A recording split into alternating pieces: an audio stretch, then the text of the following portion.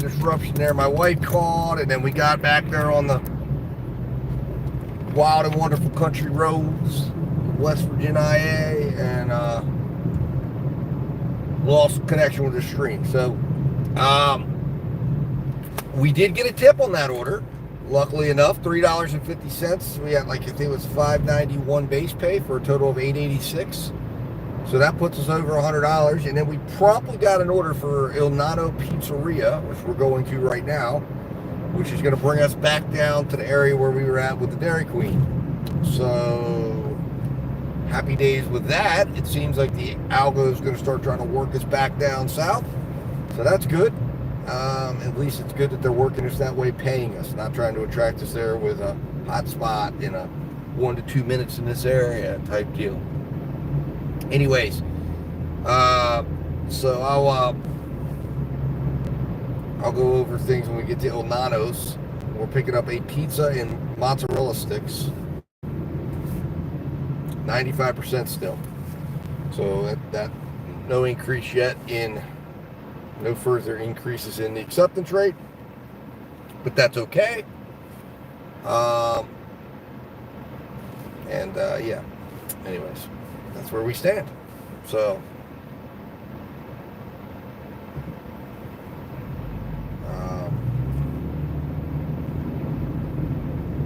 yeah. So now we got to get the stream back. I don't know. Like I said, the other stream I assume will just end on its own. So we'll see. Hopefully that's what happens. That's what it did last time. We'll double check all that when we get to the Il Nonno's. The only thing about Il Nonno's Pizzeria is it doesn't have a lot of great parking. And the parking, it's kind of dangerous. They almost have you back out into oncoming traffic. Not a big fan of that. Man, smell burnt rubber. I'll tell you what, I'm getting hungry. Again, I had that sheet sandwich earlier. We're going to park on the side here. I don't like to park where I have to pull out. At least here you can turn around and they're not staring at you from inside. Alright. So let's do a little commiseration here on things. Order still being prepared. Alright. Oh yeah, I've delivered to this person before, and they do tip. It'll be probably maybe $5 tip at tops. But this person does tip. I have absolutely delivered to this person before.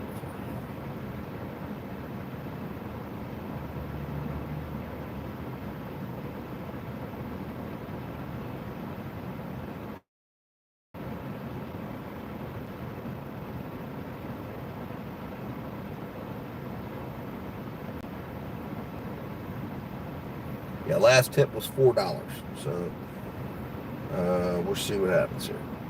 I guess you never know sometimes. People can change their habits. We hope not here this time. Boom, boom. All right.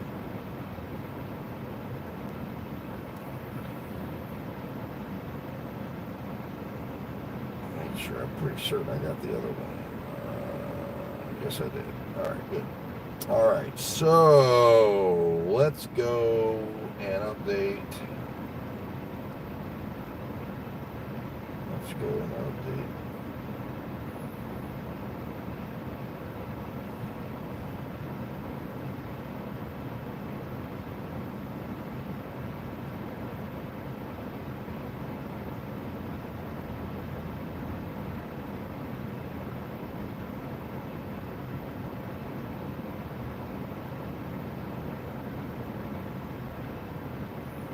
And I'll tell you what, they're coming in wild with the miles up here. They must not be able to track where I'm at because I don't believe that's 7 miles.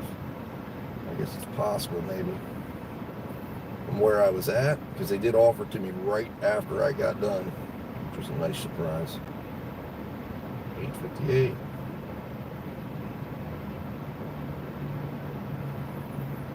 All right, so let's go inside and we'll get this picked up. So guys, bear with me.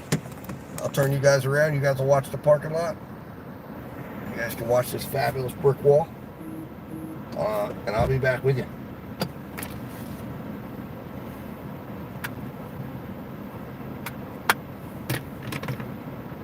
Oh, and by the way, if I didn't mention it, we're at 106.86 for today, guys.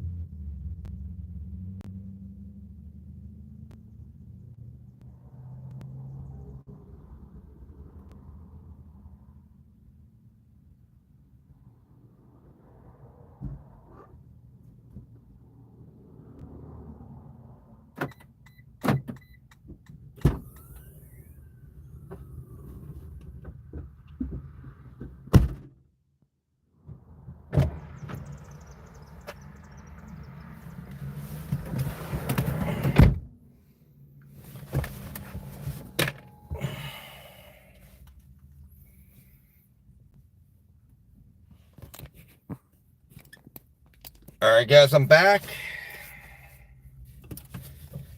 We're going to get on the road here. On the road again. All right, let's check out something here really quick. It's your channel's birthday. What? I didn't know that. I'm checking out to make sure we're down here on this.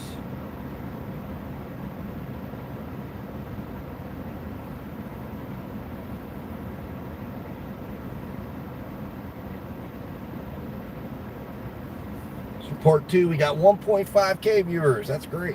Thank you, guys. Hit that like button. We have not gotten any on this stream. We got a few likes on the last one. Not as many as I would have liked.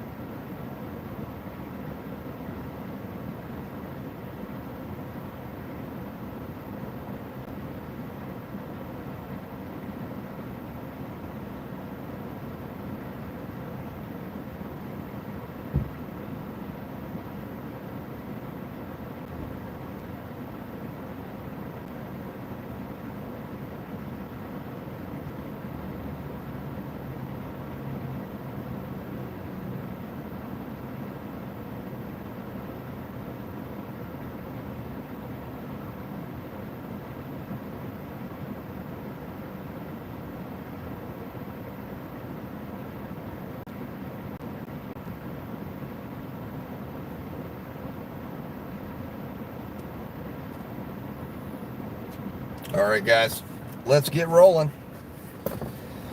The other live, part 2 did in fact self-destruct, so that's good.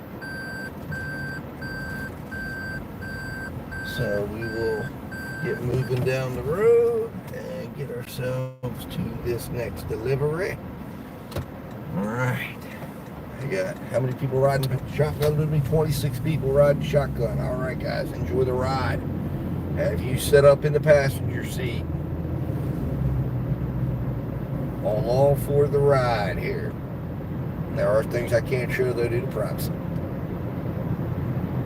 but I'll try to show you as much as I can. So this order, guys, remember, is 7 miles. So the estimate on this order was about $6. So it was actually by the estimate less than $1 a mile. We hope we have had, knock on wood, no zero tip orders today. So today has been a good day in that regard. The question at hand is that streak in danger of going to an end? How long can we go? We have set it up in the app to go till 11. I don't know that we will go to 11, but that's what the app thinks at least. So it's got me up here near my house, which is very enticing to say, hey, do I want to leave? But again, I've got, if the app sends me, I got to go, because I got to accept every order here. We've made $106 today. Our goal's 200. I'd set it up to be active for 8 hours. We're not trending to hit 200 at this point, based on total dash time, which is the total dash time. I don't know, I've got to look and see, but I think earlier we were only at about 77% work rate. Meaning, and we were at about $20 an hour. So meaning we would need to be working about 10 hours in order to hit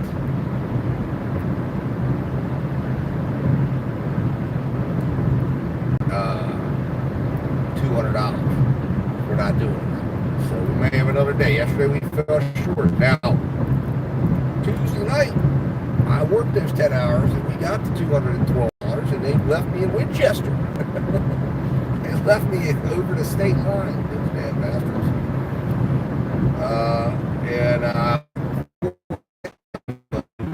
That was crazy. I ended up here. They shifted me down. Eventually, they brought me to Inwood. And then next thing you know, they're working me around Inwood. And I had a couple of issues in Inwood. I should have probably called Dasher support, because I ended up canceling, ended up clicking in the app that there was, the orders had been picked up. And I guess I should have demanded they make the order. But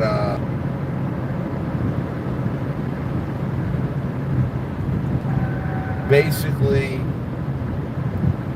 they shift me down all the way to damn Winchester. That's where they left me. The final dash of the night. Couldn't believe it. I thought they might shift me back down. They knew what time I was getting off. And then last night, they added a half hour to my dash because they needed dashers at the time. And then apparently, talking to a dasher that I was at, so not right now. I'm actually picking up a personal food.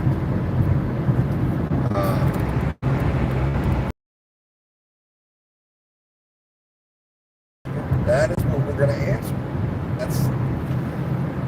I don't know if it is. I'm going to find out. And I'm going to see if there's a rational way that we can work 100% AR. So the first thing is the journey to 100, which we're on right now. It's a careful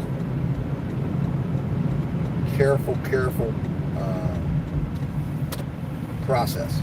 Is that, the delicate part that we're in right now is if any issues arise,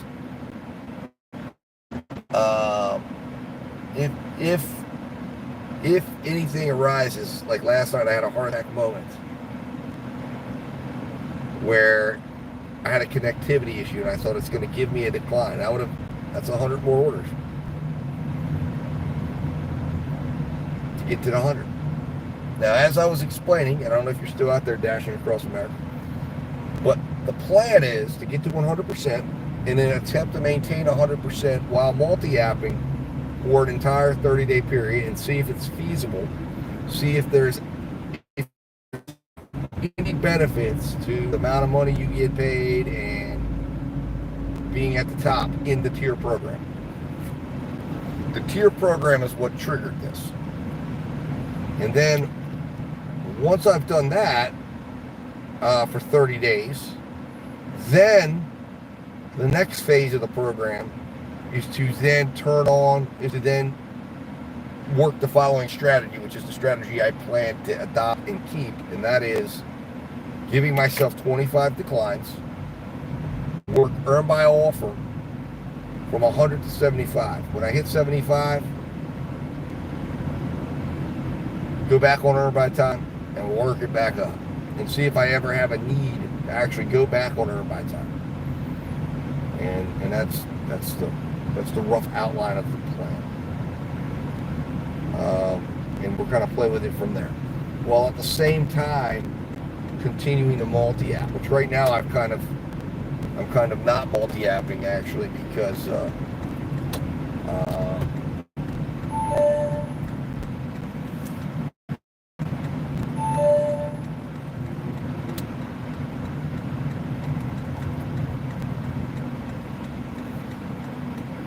I'm kind of not multi-apping right now because I've been focused on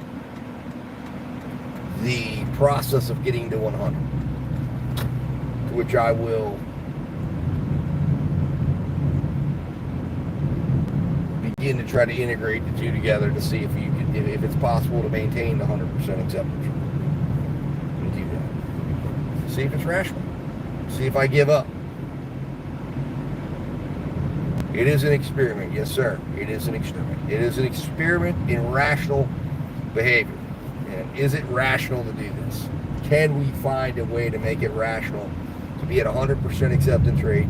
And then if we determine it's not, then moving from 100, is it rational to believe that we as drivers should stay? Is it rational to stay platinum, and with all the benefits platinum brings?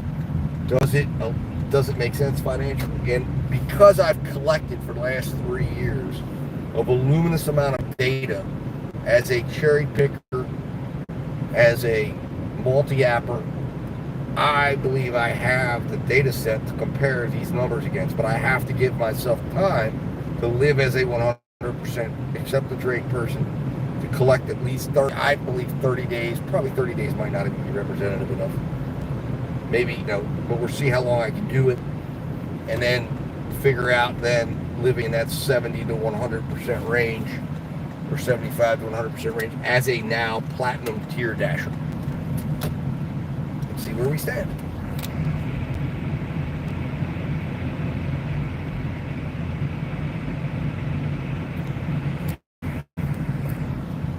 Yeah, well, it's been a grind. Like I said, we had a temporary insanity moment on Wednesday. After today's been a Wednesday was a rough one. It really was on me tough. And that was the day I moved up my acceptance rate quite a bit. And they just went after me that day, and I ended up hopping at $151. I'd been out, I think, for 9 hours, and I just said, you know what, the hell with this. Or no, it was $160 actually. That's it. Now Tuesday was an okay day. I made $212 that day, and I was out for about 10 hours. Made about 20 an hour.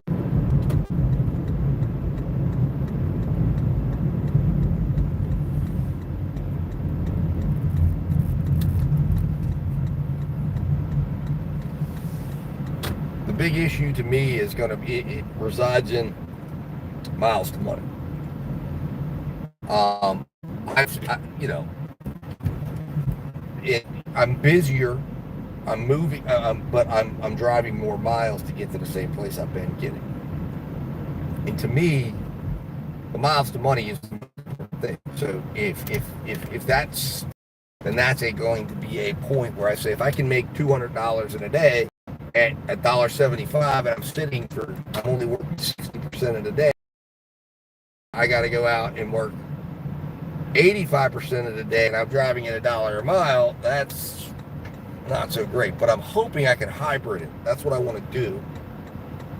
and figure out a best of both worlds approach. But you got to walk before you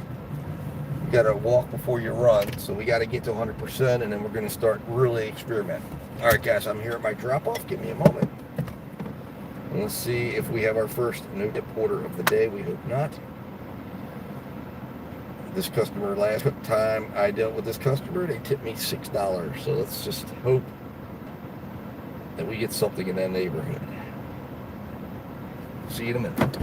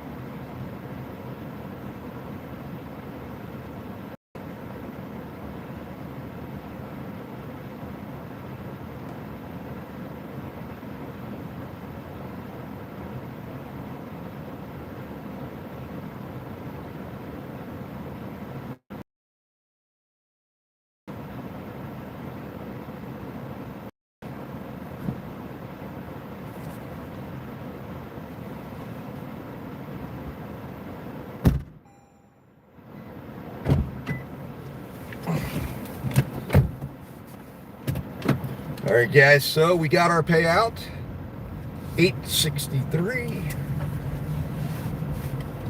$6.13 base pay, $2.50. Yeah, so a little bit of a reversion there from the last order we had, but this was not a very big order. This was a small pizza and some mozzarella sticks. Perhaps that drove the tipping decision in this case, but we still made $8. Let's see what the miles were. Hold on. What the actual miles were. Did DoorDash get us or not? We were over $1 mile offered, so that's good. And we'll give the customer credit. This time they're going to get swapped out for a lower tip, but that's okay. They tipped. So again, that was helpful, $6.13, because if it would have just been base pay alone, we would have definitely been negative. So $8.63, 7.7 profit. And now we got a McDonald's order. McDonald's stepping up, and now they're moving us over to a different section of the market. Let's see here. Did they give us any substantial 4 items? What is it, a bunch of McFlurries, done a cheeseburger meal, 2 cheeseburgers, and a 10-piece McNugget. So we're getting into that potential no-tip territory, although I think this is a regular customer. I got to double-check my database and see. I'm pretty certain.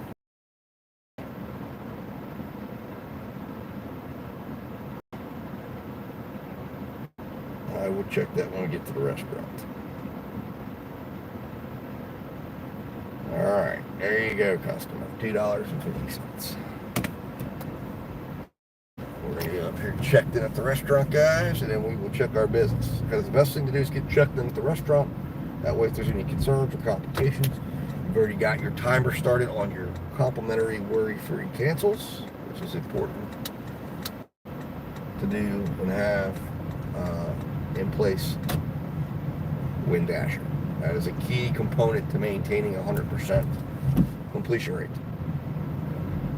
Worry-free cancel program is one of the greatest things DoorDash gave Dashers, in my opinion, because it makes a lot of sense. But they gave it to us in conjunction with lowering or with increasing the completion rate requirement. A lot of people didn't know that. I saw YouTubers reporting, and it was like, red alert, DoorDash is screwing Dashers again, but not quite the story, because they gave us the opportunity to cancel orders now within 10 minutes and stacked orders within 5 minutes. So if utilized correctly, it can be a very good tool. But we are going to start, they are moving us back down, which is, I'm kind of frustrated by that, because like I said, we're about 2 hours from getting off, and they're doing what they did to me Tuesday night, where they moved me down and then planted me down like 20 miles from my house. That was frustrating. What city you in, Charles? I am in Martinsburg, West Virginia. And Jeff, is DoorDash worth it? Yeah, I think so. I mean, I think with what it depends on your situation. Well, for my situation, it is. I like DoorDash to a degree. I mean, I think DoorDash plays games, but as long as you know what you're doing and who you're with and what's going on, it's something that you can work around.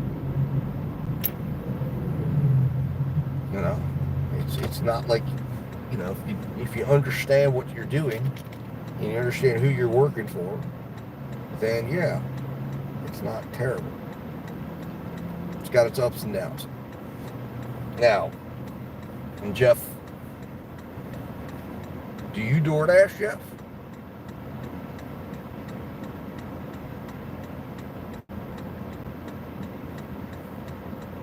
If you're still there.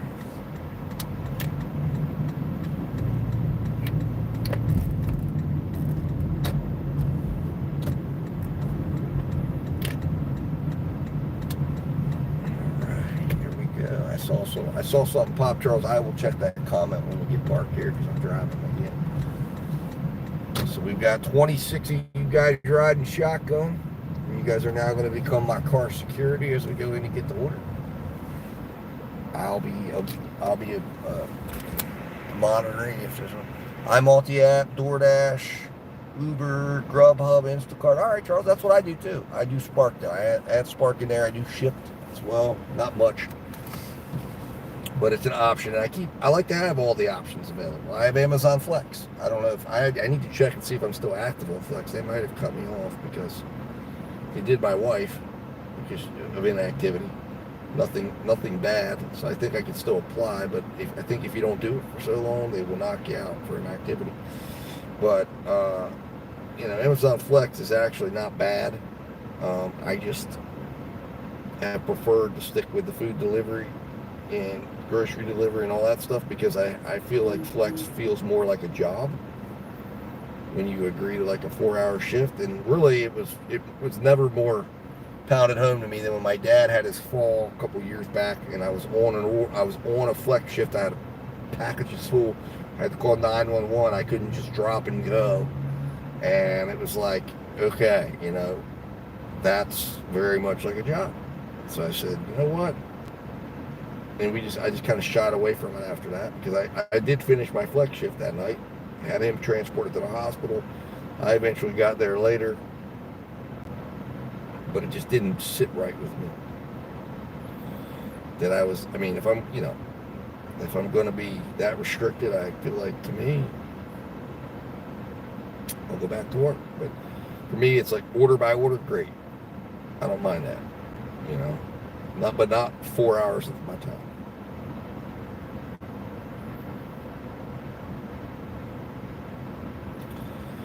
All right, I'm getting 9:18, and Megan's order is ready for pickup.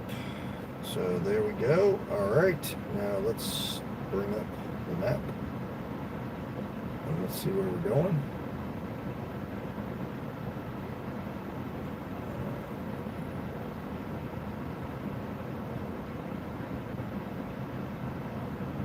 Let's add a label.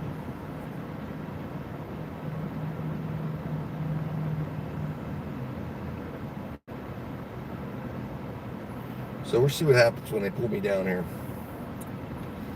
Like I said, it's a bit frustrating to be right up here by my house and then they're about to pull me back down. But again, if it wasn't part of the experiment, we wouldn't be going.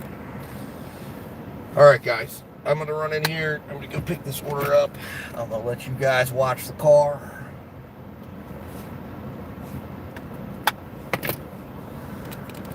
All right, let's do this. I also want to start a poll. Let's do this.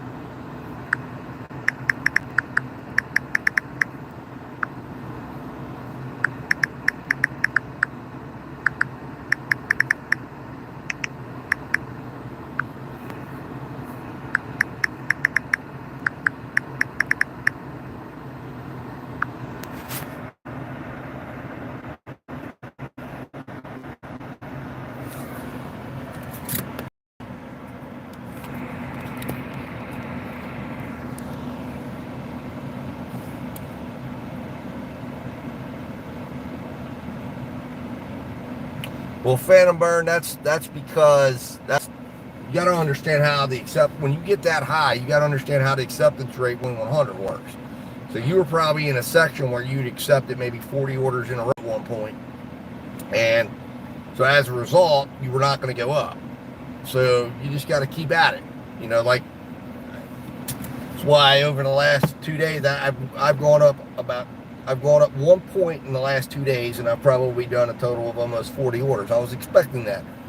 Then on Wednesday, I went up from like 76% to 94%. It was sitting at 94, like I said, for the last 2 days. So don't get frustrated. Keep going. Anyways, I'll see you guys in a minute.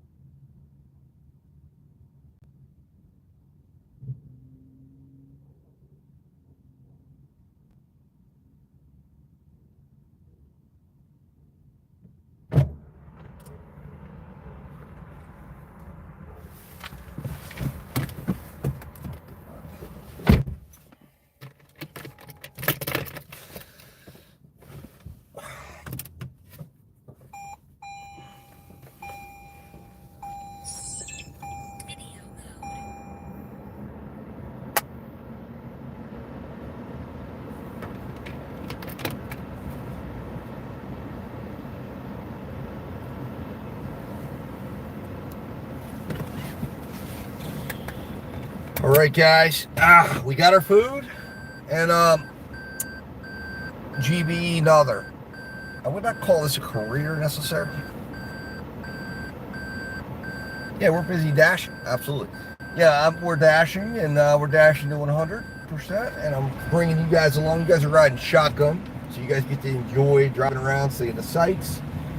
I wouldn't call this a career necessarily, because I mean a career is different. It's a way to make money, and it's applied differently for everyone. I think a majority of people that use the DoorDash app do not use the DoorDash app as a full-time aspect. Now, you may find on YouTube, if you're watching gig tubers, you're going to see a small portion of people who are doing it more full-time.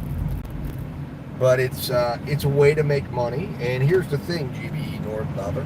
One thing you're going to have to understand is that this style of work is something that will become more prevalent in our workforce.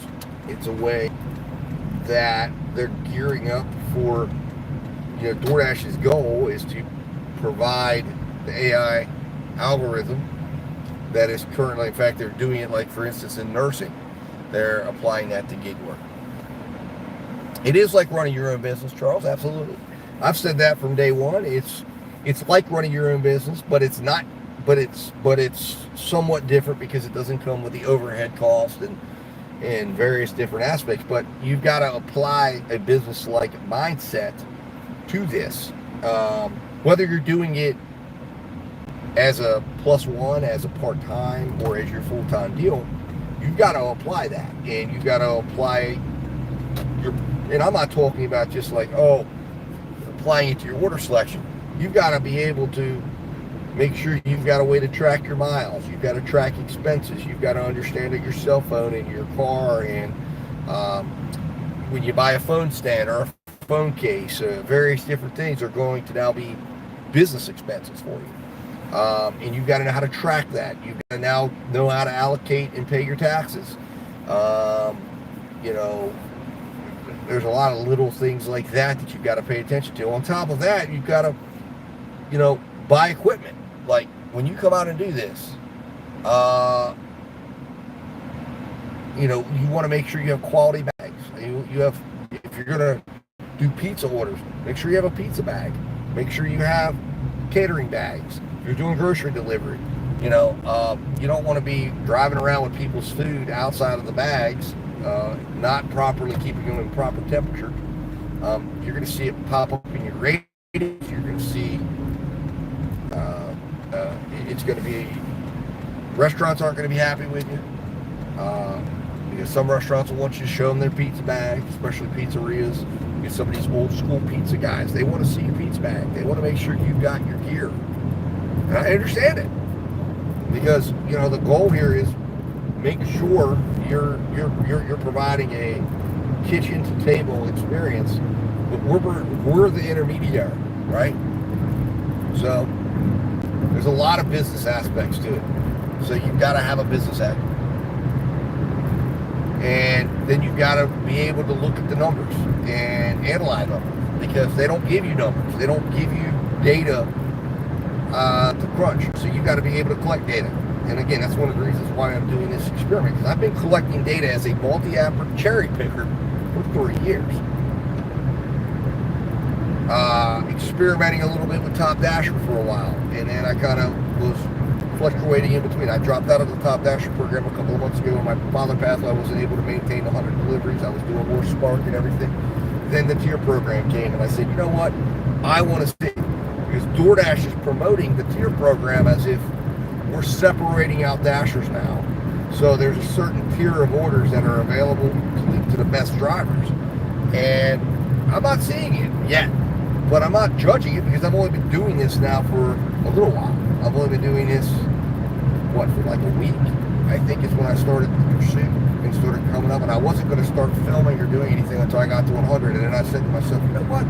Let's share the way up, But what I say to people is, listen, I see so many people out here sitting in their car, upset, declining orders. So declining isn't the way. Is accepting everything the way? I probably think not. But I've never tried it, so let's try it. And then is there a way to have like the best of DoorDash and then hybrid it in with other apps that will allow you full access to their platform without any games? And if you can kind of meld the two together and get the best out of all the apps, then you're getting the best, at least temporarily, until they come up with their next scheme. And they will come with their next scheme. But that's the challenge that we have to have, that we have to deal with. And it is a challenge. It is a challenge in every single job, every single time you go to work. There's a challenge to figure out how to make money in the certain conditions that you have. When I was in the previous industry I was in, you would have a great year, max out your bonus, big time money, and then the next year the bonus program would come out and they'd say, okay, you got to change this and do this and meet this, and everybody'd be pissed off. But you had to find a way to do it. The same thing is true with DoorDash. They're going to do the same stuff. I had an Uber today, 7.24 miles. Was that $7.24 a mile or $7.20? Oh, $7.24 miles. Oh yeah, well, yeah, you got to turn that stuff down. Like that's a no-brainer. To me, power of turn down is great. You got to do it, but then there's also got to be a degree of, all right, where do we go, and are we missing out on some things? Because say you got a 7 for 7 deal, right?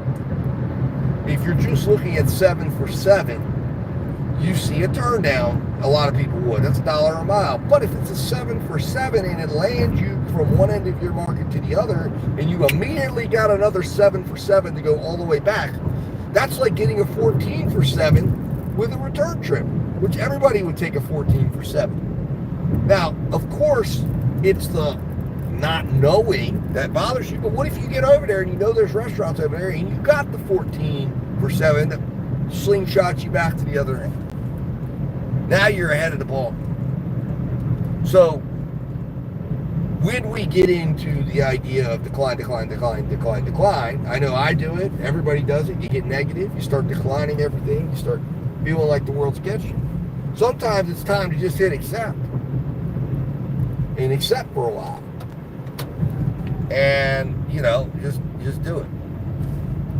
Did you say dashing in Arkansas? No, sir. Dashing in West Virginia. I guess you could say a little bit farther up north. Right outside of D.C., in fact. But we do have some beautiful sunsets here.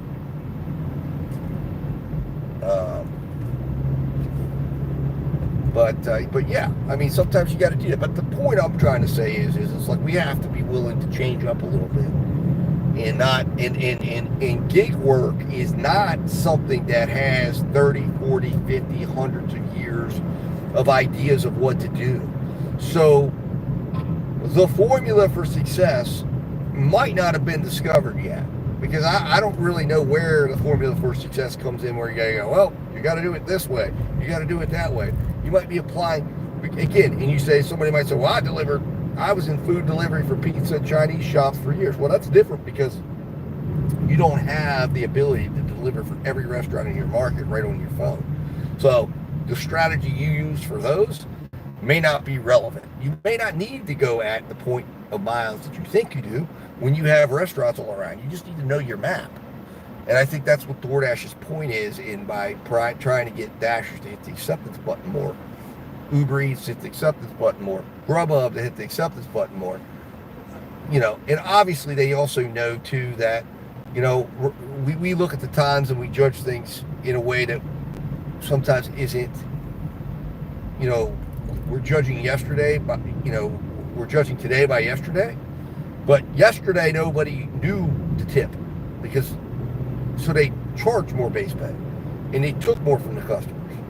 And now they've got to attract the customers in, and now if they can get customers to tip and believe that they're tipping the driver and doing a positive while being charged a little less for service, we'll bring in more volume and still be able to pay the driver relatively the same amount, or maybe a little more based on tips. And again, remember, tips based on a percentage, which is what I think they should try to strive to do. But I think, again, $5 is what I like to see minimum, period, for any order. I think it should just be an industry standard right now of $5, and then work its way up with the times. And at some point it might go to 6, it might go to 7, but 5 for right now, I think this is the right number.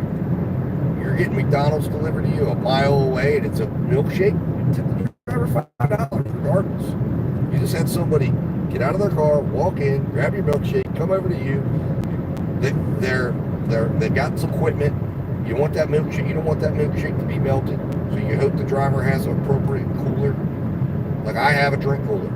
It's not a cooler, but it's like a drink beverage deal that secures the beverage, keeps the temperature right, keeps it from melting. So you want that. And I would imagine that the customer would want that. Everybody, $5 tip does that. 555. You do 3 orders in an hour, $15.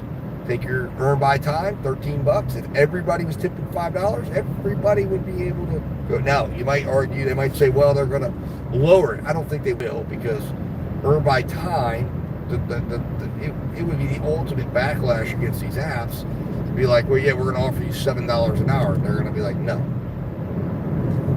It doesn't look good. So you're not going to see earn by time go down. You might see access restricted a little bit. But as customers tip more, and learn to tip more. That's what they're doing now.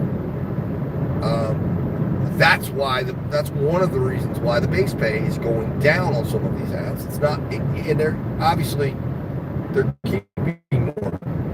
You know, the apps themselves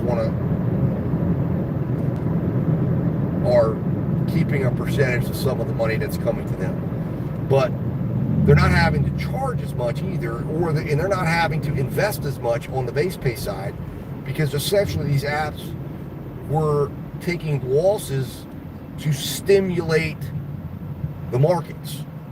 And now they're pulling back from that, and now the customers are like, okay, it's a customary now to tip your driver 20%. Whereas before they were tipping drivers nothing.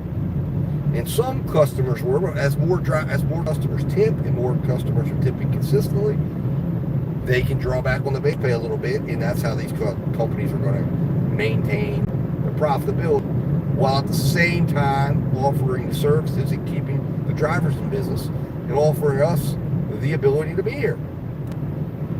And customers the ability to enjoy having food, groceries, products delivered to their homes without having to go out to the store and go through the traffic and the inconvenience of having to going to in-house to pick things up.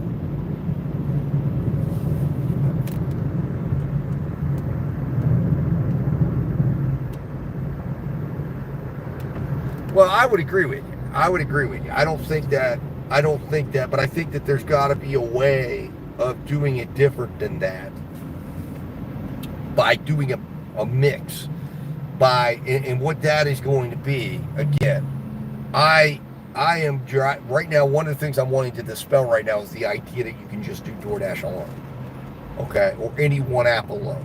I think that's the wrong approach to the gig economy. If you're going to be a driver who's going to drive full time on a consistent basis, you're going to need, like I've had before, you're going to need to have other apps and other options.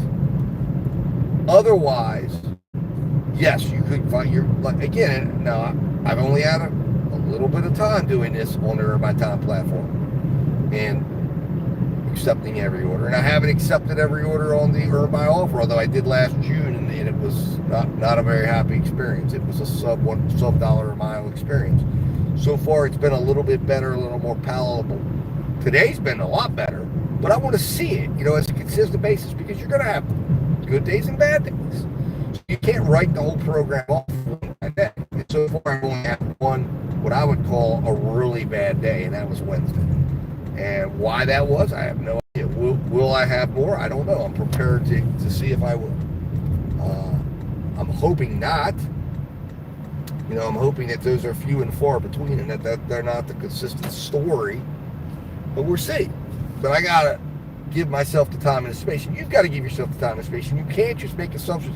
What gets me is we have a lot of people that just make assumptions that it's going to be X or it's going to be Y, but they don't realize is that we're Christopher Columbus right now in the gig world. A lot of things haven't been done before. A lot of things we speak about as finite and absolute have never been actually done. So we've got to be Christopher Columbus. We got to go explore the new territory. We got to figure out if it is what it is, and if it is, great.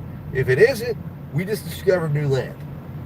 And now we can figure out how to cultivate it, how to make it work for us, and how to get it. And I think that's where DoorDash is also experimenting with a lot of theories. And they're figuring out how can we get the drivers to go be the guinea pigs, to go be Christopher Columbus and go discover the new land, because they're thinking, they're looking at a lot of math figures and arithmetic and a lot of math, and they're saying, hey, so that's why part of this is listen, go, get out of your comfort zone. I am. You can too. And it's not been the horror story that has been pitched to me that it would be.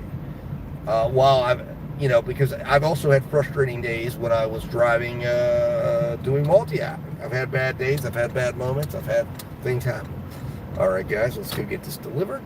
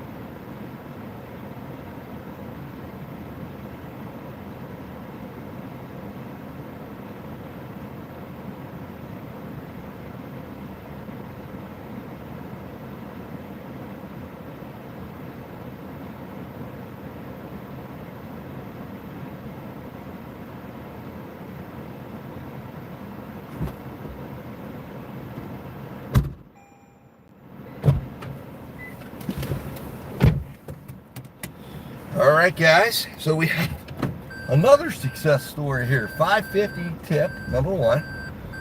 And we have a $6.68 base pay for a total of $12.18, and they just hit us up with a Little Caesars. All right, so where are they sending us back to? Are they sending us? Oh, interesting. So they're taking me back to my house. This is great. This is great news. This is great news. I didn't expect this. They dropped me down. They paying me to go all the way back to Little Caesars right by my house. And then they're going to drop me down behind my house for the drop-off, which means they're going to let me work that exit. Fantastic. And, I would normally have restricted myself thinking, well, they're going to pull me down. And they did that to me Tuesday. But tonight, being nice. And we just got $12 on a, what was it? I don't know what the offer was, 7 miles or something like that. Let me take a moment here. So that's fantastic. So it looks like we have 53% bottom dasher, 7% silver, and 40% platinum. Great.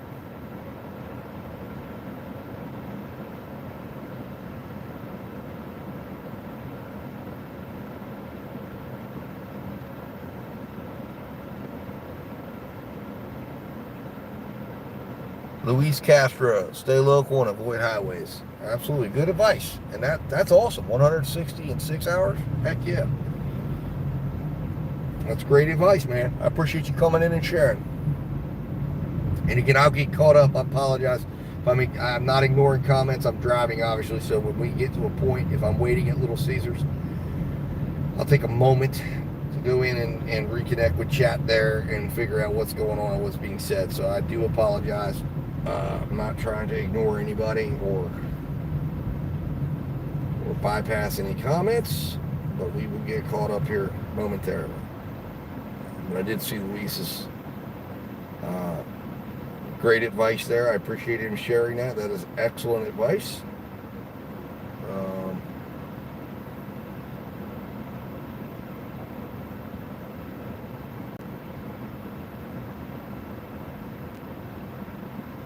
$6.68.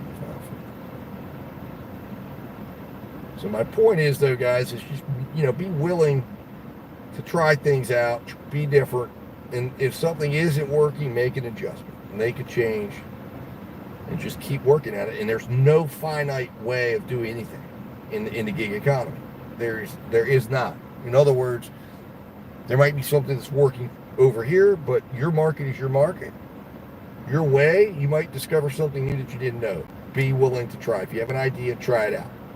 If somebody else gives you a good idea, like Luis has shared, try out his idea. Apply it to your market, make changes, customize it to yourself, and keep going.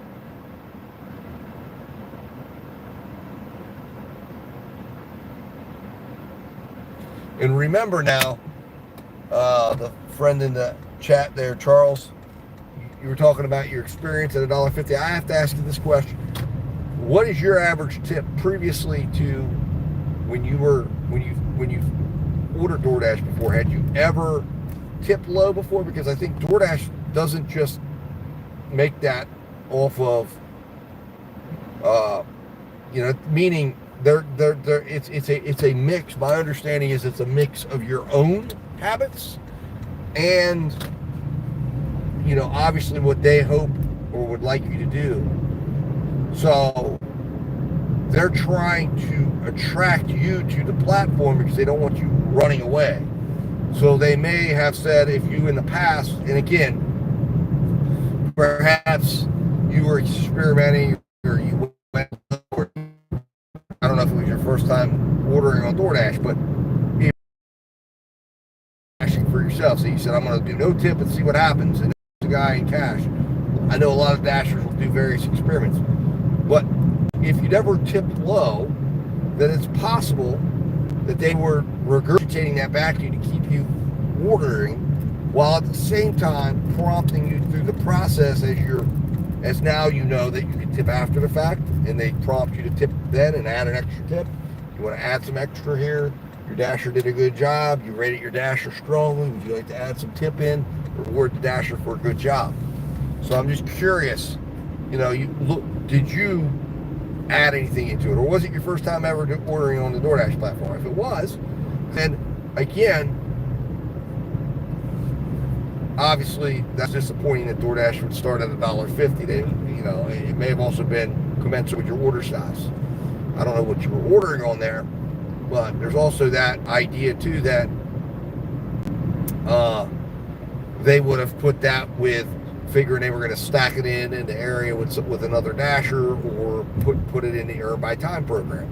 Because remember, what I found, one of the interesting things I found with Earn by Time, as I'm looking at my sheet and comparing it to sheets that I have when I've worked the opposite side of Earn by Offer, is there's almost a parallel to it. It's like your base pay on Earn by Offer,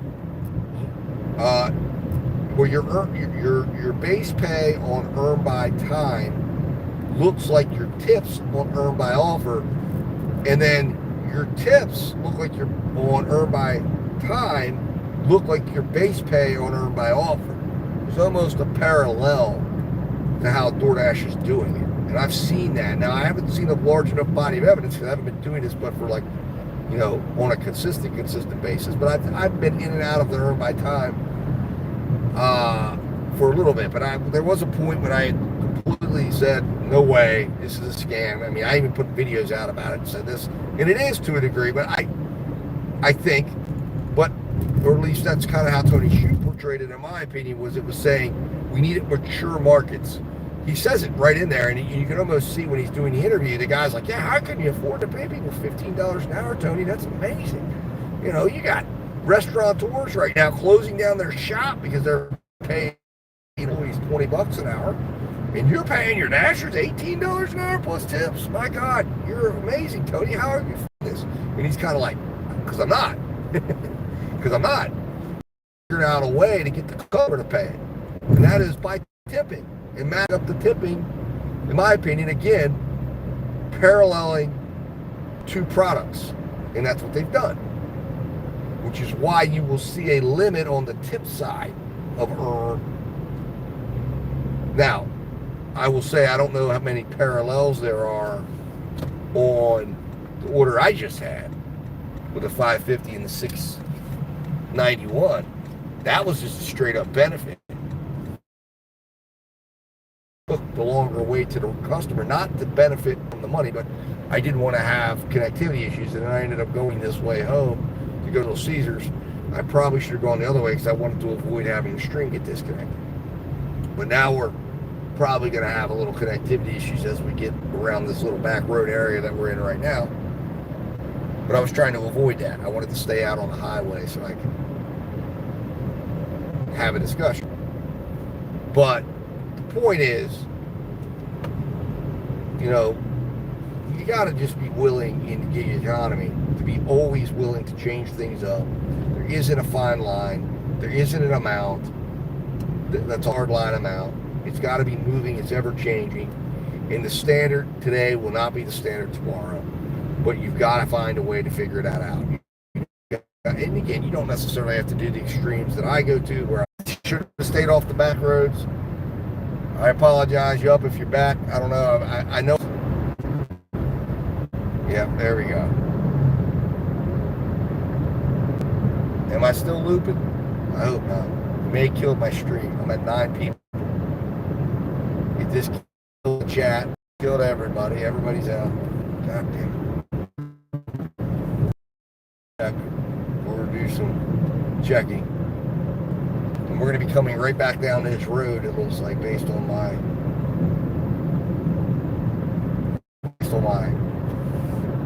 what I think. I tend to read the maps there. But I should have went up the interstate and we would have never had these issues. We would have driven a little longer, but hell, I'm on the goddamn offer, so why the hell not get paid more, right? I don't know what I was thinking. I don't know why I'm in a race. There you are. Oh, okay, good. Where we are. Yep, good job. All right, yep, welcome, man. We're trying to get rational out here. Are you going to join the 100% club? Yep. You got to join, man. 100 club. We're starting it up, and I'm hoping Tony Shu will eventually make it a real thing, and everybody who stays 100 for the entire month gets a $100 bonus every month. And at the end of the year, if they go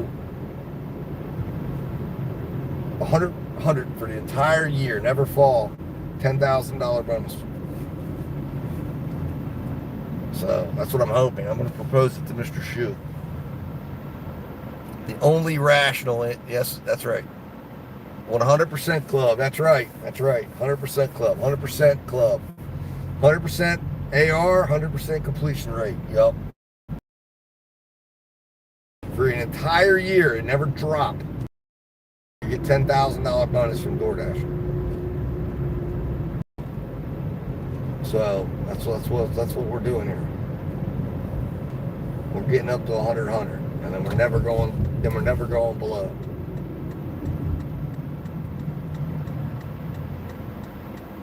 So far, we're making money up.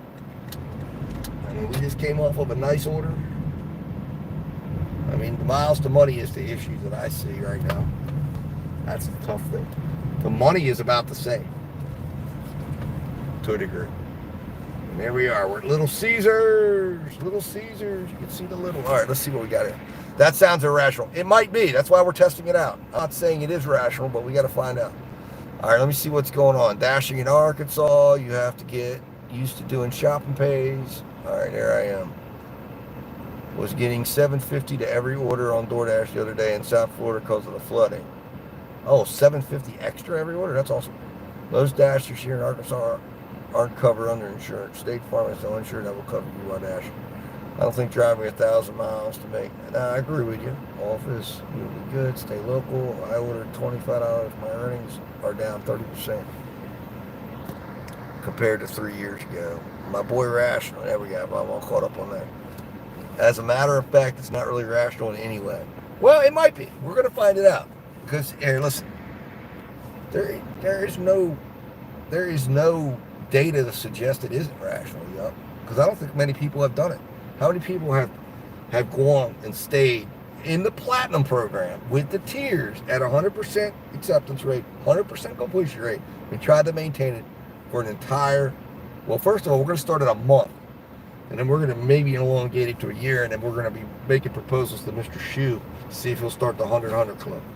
I think it's an ingenious plan, and people will get behind it if there's money behind it. That's what you got to do. You know, and it's a foolproof game. It's a great gamble, right? And you get a 10 grand bonus at the end of the year if you can do it 100% of the time. Not end the year. You got to have it all year long for 12 months. I guarantee you, if you do that, and if it works, and you make money doing it, you won't want to dash any other way. Potential. But I don't know. Again, we're going to find out. If it's the first step is get to 100%. The next step is see can we maintain it. Is it rational to do it? Maybe it is, maybe it isn't. And if it isn't, like I believe probably it isn't, but I'm open to the idea of being convinced that this is the way to live, that we live at 100, nothing less, nothing. Well, you can't go higher. So right now, guys, where are we at? So we are at 127.67 for the day. We've been going at it since 2:52 p.m. So you guys do the math on that. We're about to come on 6 hours, 127.67. We'll see where this Little Caesars order leads us. And we are about to deliver Diego a Supreme Ultimate and a stuffed crust pepperoni. Sounds delicious to me.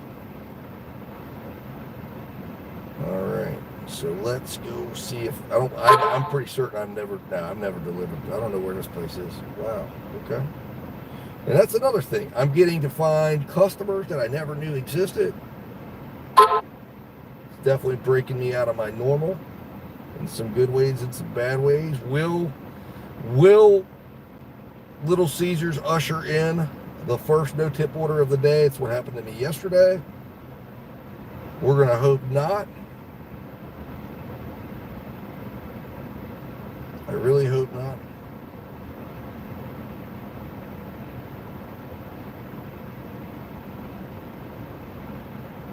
Oh, Petersburg. Oh, I'm trying to find this. Yup, are you still using, if you're still in there, are you still using your Z Fold? Is it still working for you?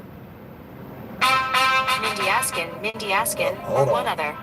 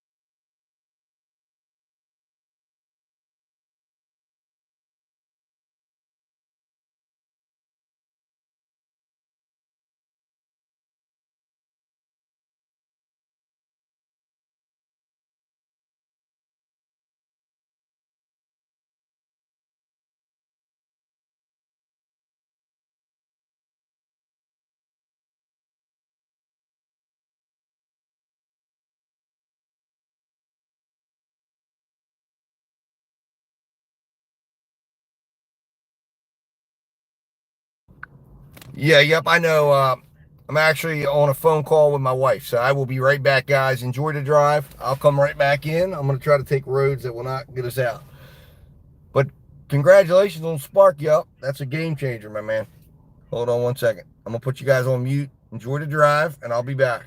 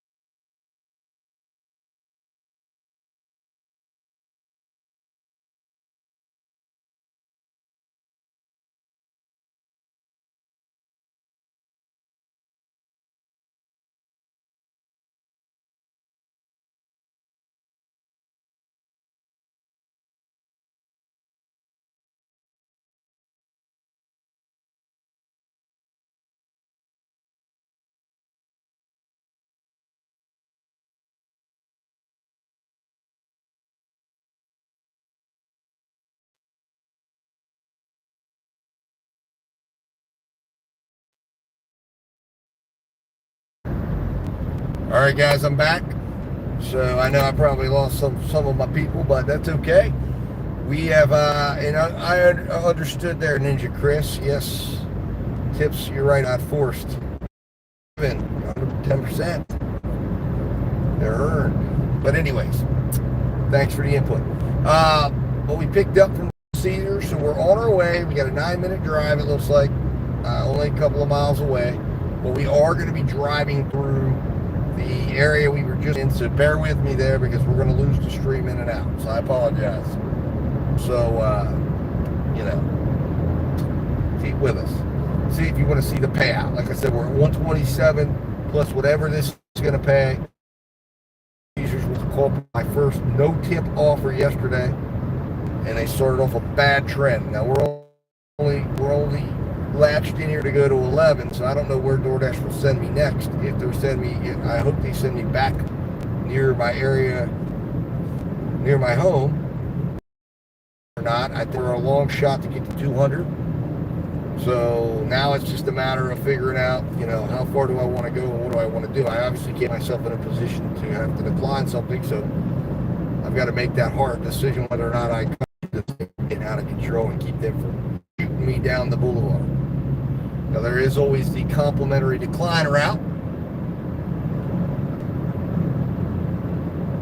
Oh yeah, Spark. Well, before the tier system came, I pretty much dropped out of the door. I wasn't even doing 100 orders a month on DoorDash. I was sparking, and I was making good money. I was making like $4 a mile, and it was just easy living. Some days would be a little rough, because some days Spark would just kind of go dormant, or just start sending your car alone with a few DoorDash orders. That's pretty much what I was doing, and I was keeping her up a little bit, but yeah.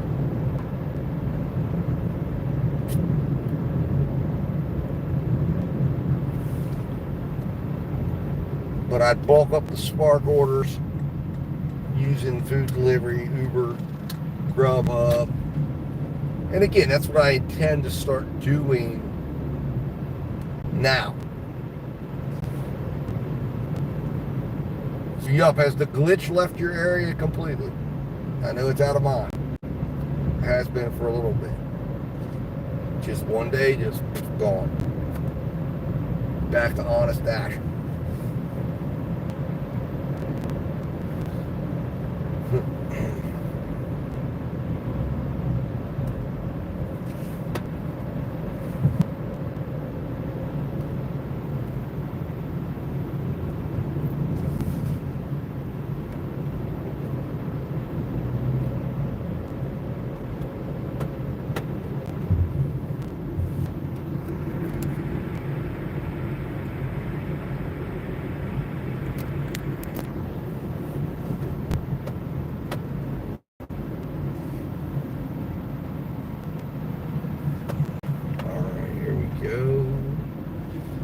See the chat. I can't see what you said there. Yep, but I will check it out. I saw something about the tier thing.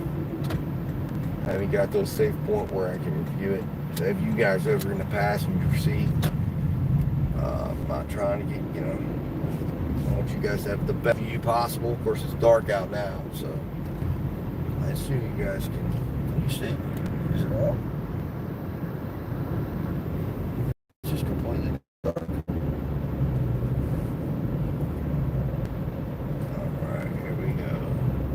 Okay. I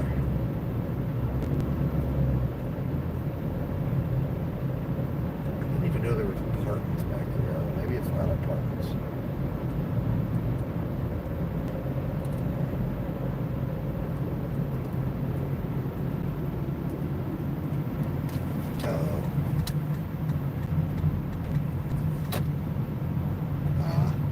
Trailer park. Okay.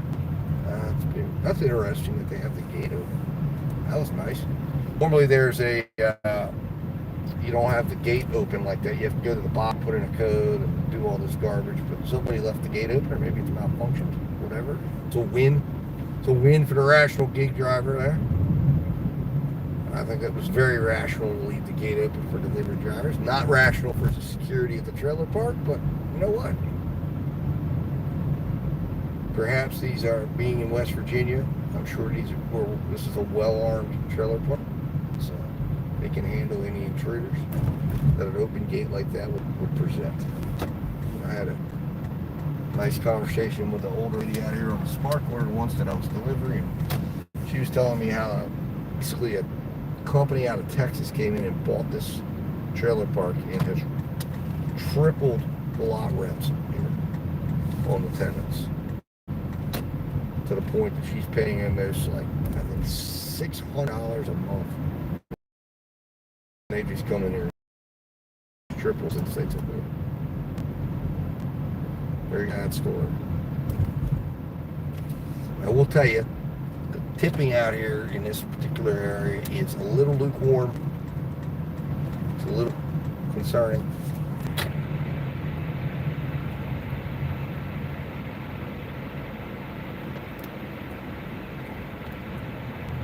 Nah, yeah, that the climb went out, and well, a month and a half ago, 2 months ago, the hold went out. It just stopped doing it. They fixed it or whatever.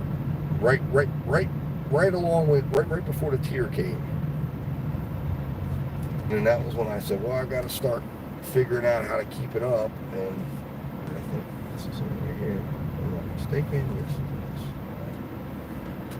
All right, guys, I'll be right back. So it is what it is.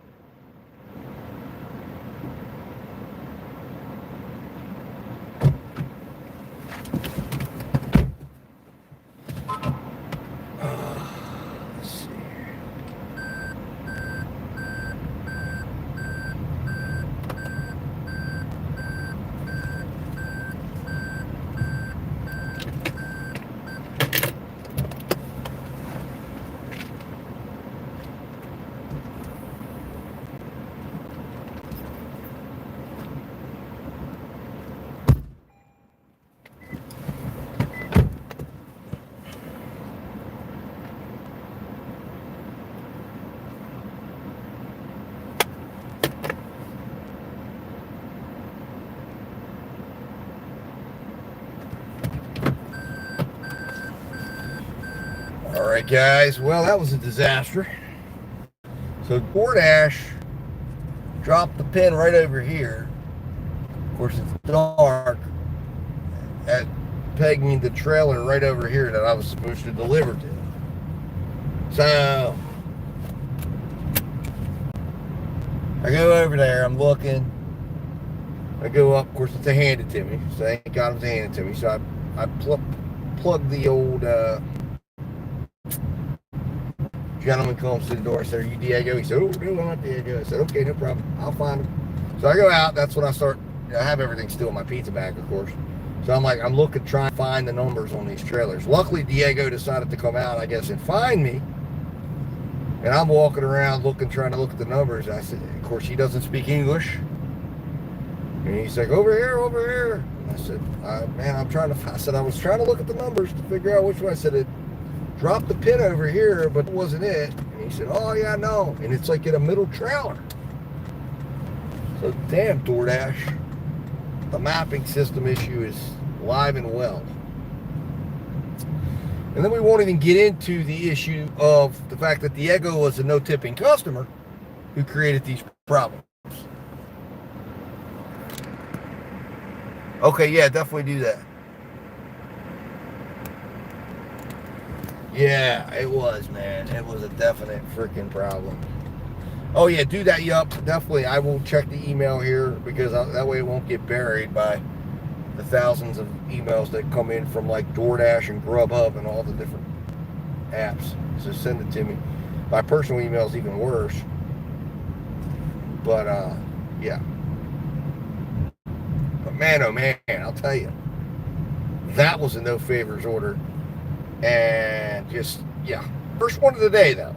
And now we're going back. We got an order right away, though. And this is actually really positive. So this might be the last order of the day because it's 10 o'clock. I just talked to the wife, and she wasn't very happy. She's a little touchy.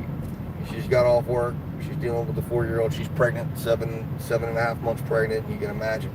So, like I said, I was going to stay out till 11, but this order is actually taking me right to an apartment complex, which is right next to my house. Literally, when I say right next to my house, it's very much right next to my house. So this could very well be the last order tonight. I don't necessarily see a point of continuing further. We're not even close to getting to 200 today. And we're not going to stay out much longer than 11. It's unfortunate. I would like to have gotten to at least $150 potentially. But, now don't be falling on my car.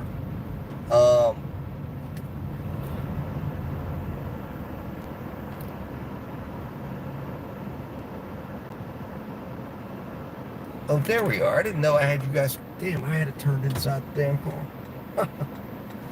That was a big mistake. All right, so we're going to go this way. I think this way will get me to where I need to go better. Ah, there we are. You guys get to see the outside now. I wondered what the hell was going on. Don't say.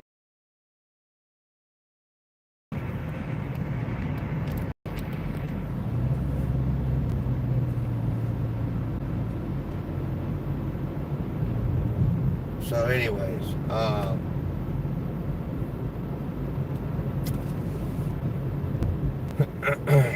what we're going to see here. So let's see here.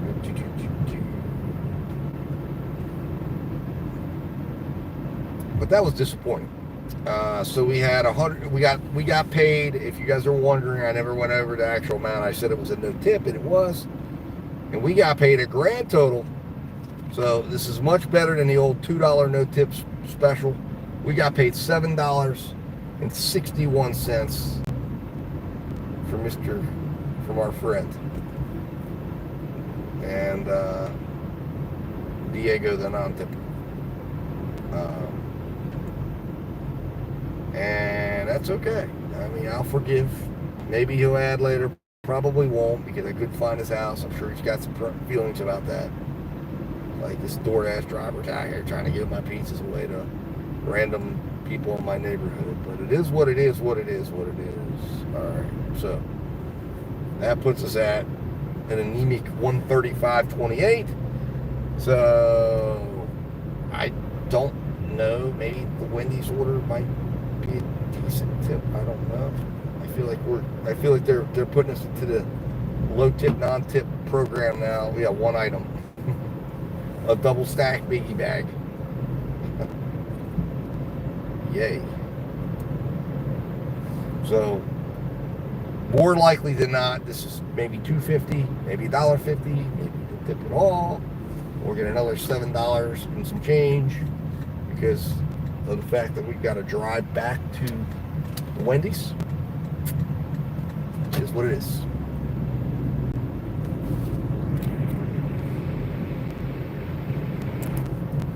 Oh, I'm doing earn by time, yo.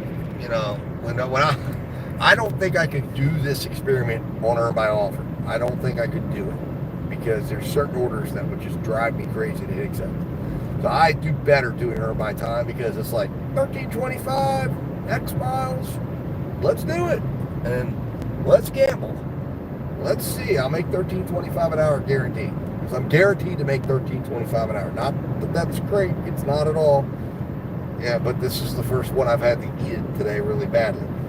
But I made $13.25 an hour on that. I mean, it wasn't great. If they would have tipped me $5, we'd been sitting on $12 and some change, and I'd have been really happy with that. But they didn't. But you know, it is what it is. And then you know you have the problems of can't even find the goddamn house. Well, again, that's an order that would have never made it past. Would have never made it past quality control, and it would have been filtered out. But you know, it's what it is. And we're actually going to go. Yeah, this is a much smarter way to come. Actually, and we've had no internet problems, so that's really good. It's just. Like I said, first would be the required time to work. I think the $200 mark today.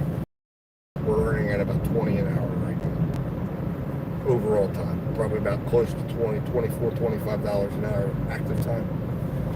I'll find out for certain. Might be a hair or two off on some of those.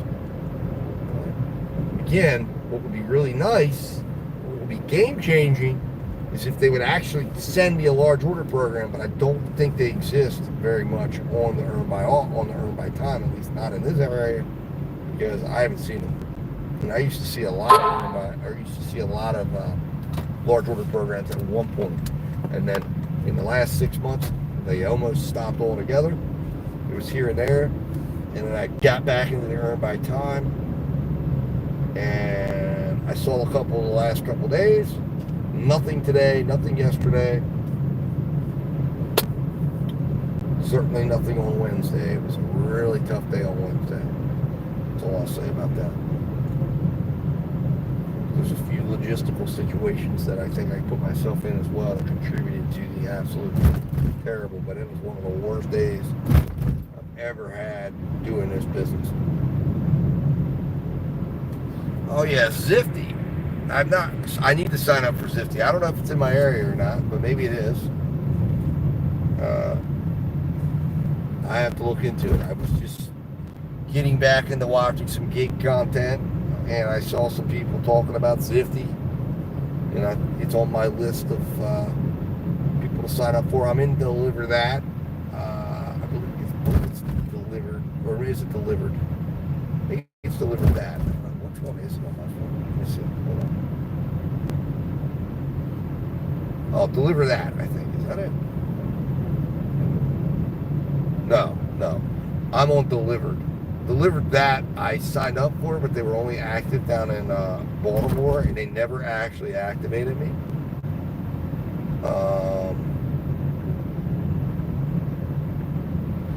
So I'm on Delivered, but I haven't had it on in a while. I should turn it back on, actually.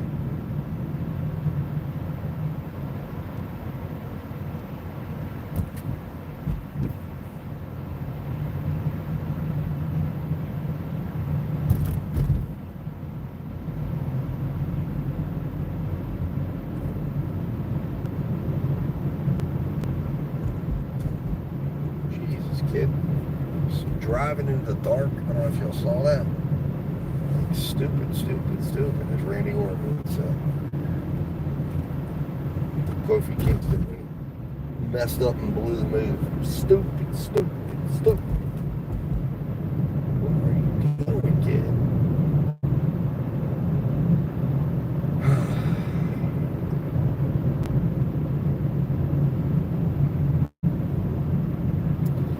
My do not disturb is on. Why is that?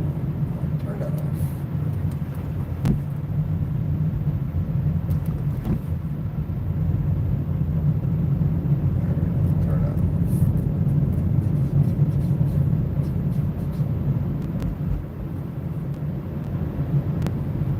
Well, that's weird. I guess maybe it's just delivered, need to be updated or something. It's not letting me into my app anymore. I don't know why. Maybe I'm deactivated. Oh, could be Mercedes there. Whoa. So we are up now at the Wendy's by my house. It's kind of wild that it looped me around. Now we got to sit and drive through. Pretty certain. There we go.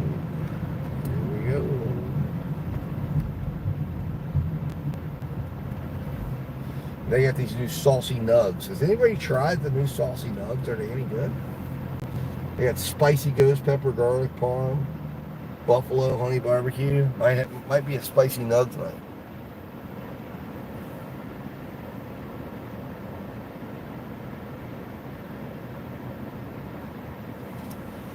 Damn it, delivered? What the hell? Anyways, I don't know. I gotta look into delivered. I don't know what's going on with it.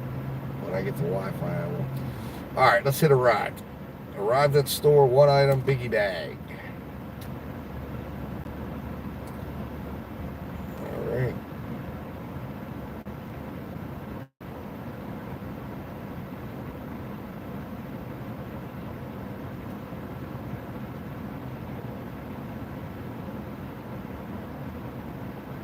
And we're gonna go 761 on that. Yeah, 9 miles. Man, that was a negative miles to money. Just so much wrong with that order. But it is what it is. We're not going to complain.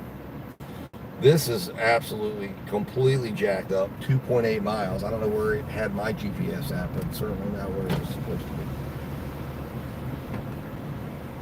What would you like to try the new saucy nuggets? No, thank you. I'm picking up for DoorDash. What's the name? Low S. You can pull around for a second window. Thank you very much. All right, guys.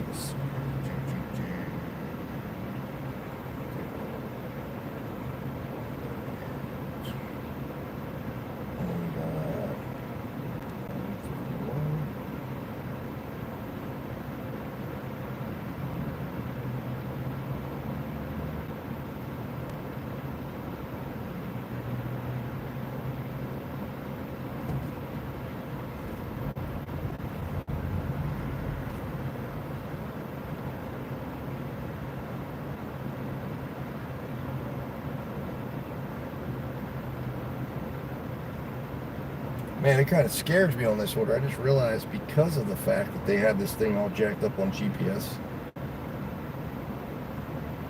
they wanted this thing picked up by, it said ready around 10:04. Okay, good. I was worried I'd get a contract violation or something crazy.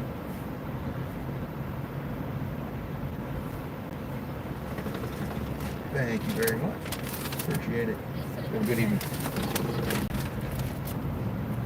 All right, guys, we gotta secure this. Over to this parking lot. Secure it in my bags. Gotta always have a good appearance. Make sure that you're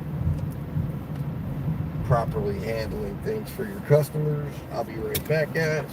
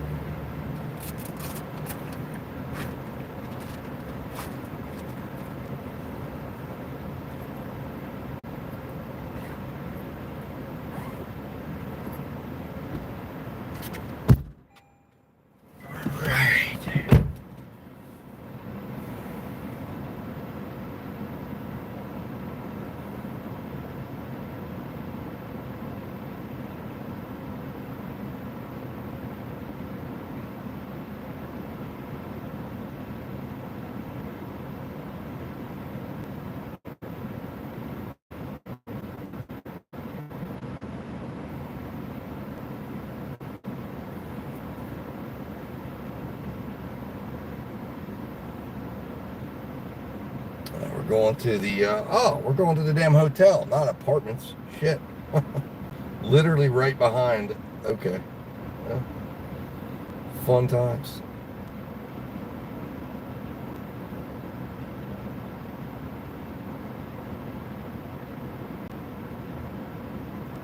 So I absolutely do not need the maps for that. All right. I did not realize that. I thought we were going down to the apartments down here.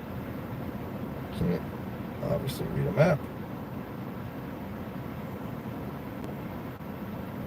No need to record this as in my database here because guess what? I'm not going to deliver to this person again because they're staying at the hotel. You know, that's craziness, man. Wouldn't you just think they would just want to go and walk across the street to the Wendy's as opposed to, this does not bode well for the tip, I can tell you that much. Jesus Christ. No wonder it's 2.6 miles. Maybe it was 2.6 miles, whatever distorted way that they calculated the miles from where I was at. All right, well, we're at least going to present well that we took care of their Frosty for the 2 minutes I had in my possession. All right, guys, watch the car. This is kind of a shady hotel. It used to be a Holiday Inn Express. It used to be nice. Not so nice anymore.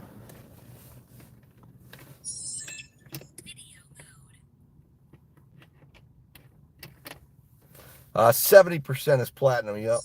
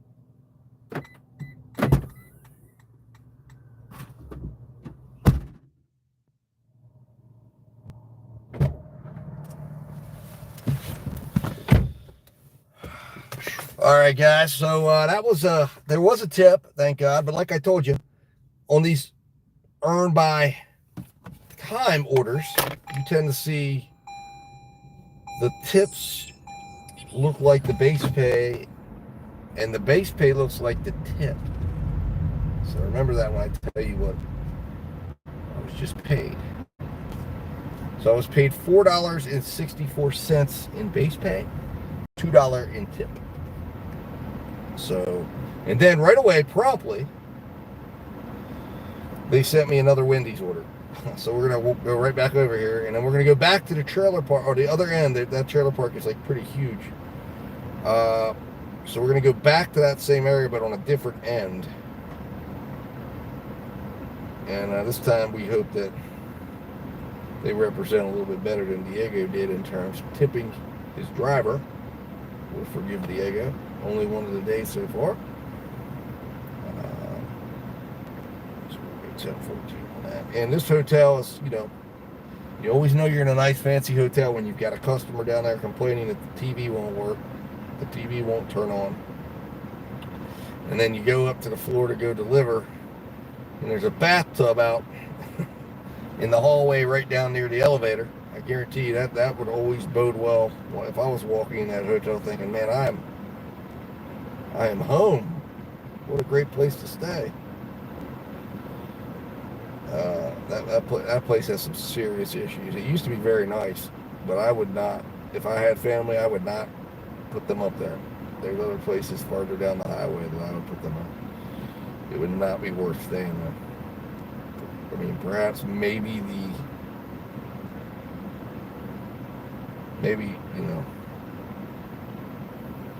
for whatever the cost is, but my God, no.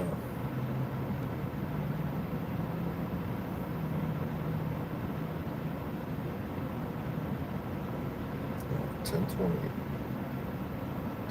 So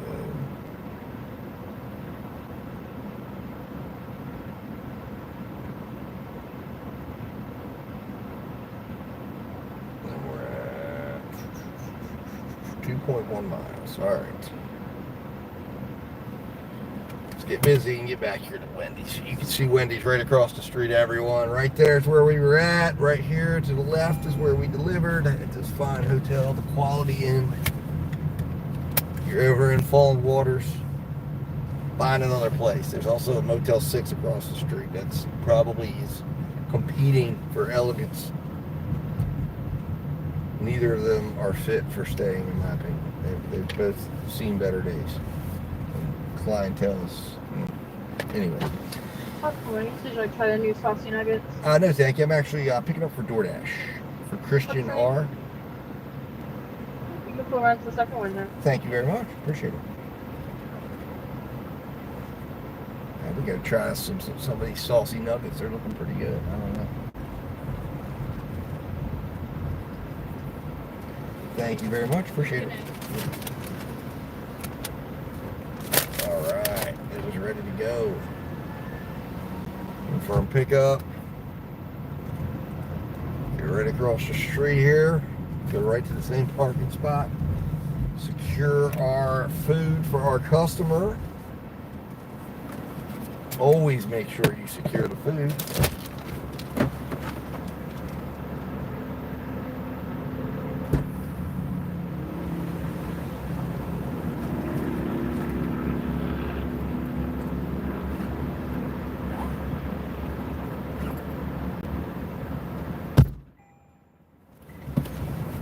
All right, guys.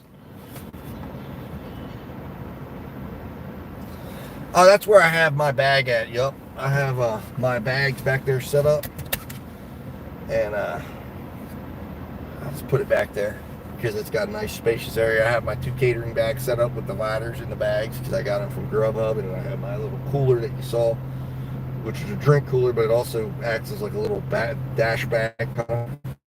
All gotten from Grubhub, best bags in the business. So I have it set up so it's just easier. I go back to the back, pull it out. If a customer comes, it allows me to just kind of put space between me and them, get front facing in case there's any issues, and I'll be able to go right to the back. And I got my camera out. So, not really. I mean, I'm getting out, and I'm on earn by time too. You got to remember that. So, time consuming is your friend, because if these people aren't tipping me, I gotta make sure that I've got base pay to cover it. And I can't trust when I'm picking up a biggie bag that they're going to be tipping me.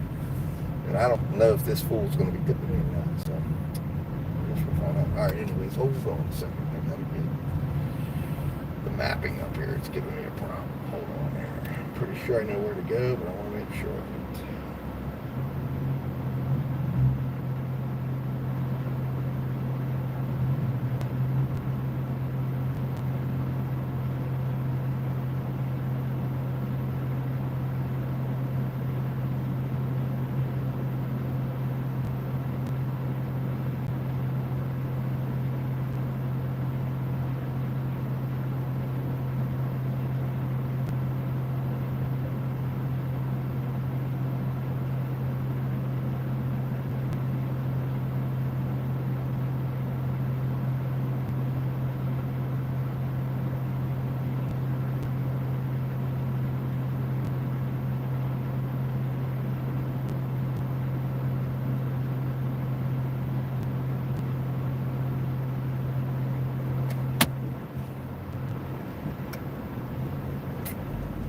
All right, we're off. We're off to go get this order delivered, and let's see what is going on here. You can take this stuff more seriously. I can tell the backup sound. Only missing deliver that. Gotcha. Here, let's see. Well, no, I mean, I want to make sure, that I'm providing a good experience for my customers. Keep that customer rating up.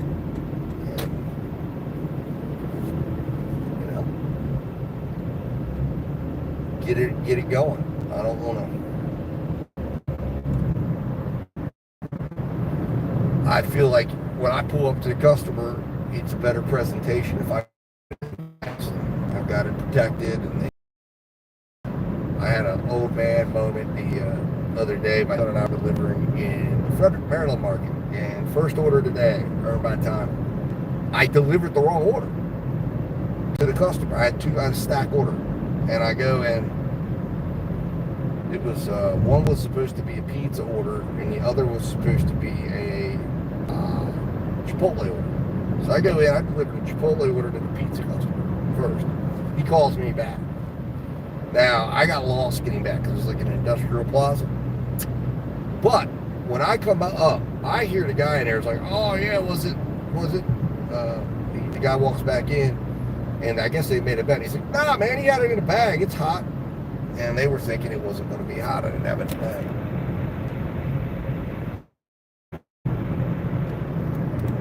A 12 cup holder on the floor. Yep.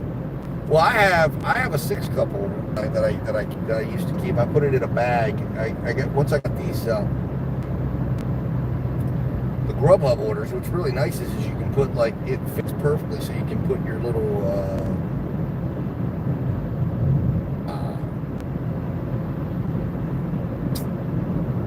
cup holder thing that you would get from, like, say, a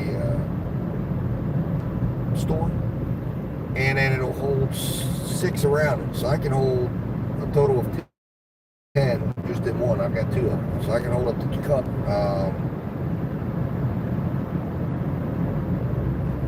And it keeps it. And then, of course, that can also be used then for, like, fast food restaurants. Normally at night, if I'm doing nighttime dashing, I didn't bring it forward. I would normally sometimes, depending on the size of the order, what I really should have done last time was just brought that cooler up with me. And I would normally sit my catering bag across the seat where I'm at right now, the passenger seat. But I haven't had time to do it. I've still got my book bag. Phone holder where I've got my multiple phones and battery packs sitting here across there. So I haven't configured for nighttime yet. So I've just been going.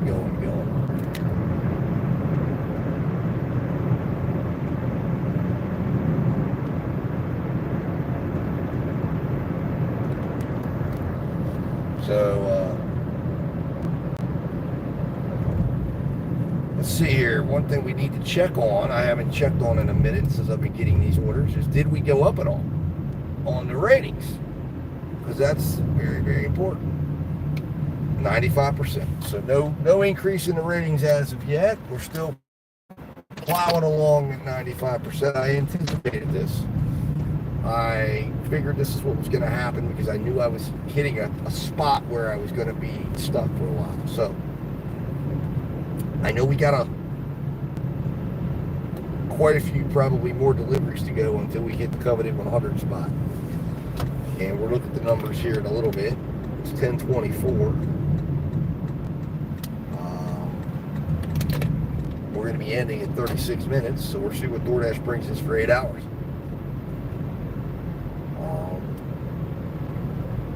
I will be thoroughly pissed if they give me a final offer that is going out. We may use a complimentary.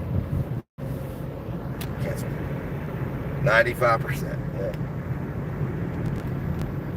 95%, yup. Are you going to join it? You got to join it, man. Get over here. Get over to the dark side. Come on. You might be surprised at the numbers I unveil.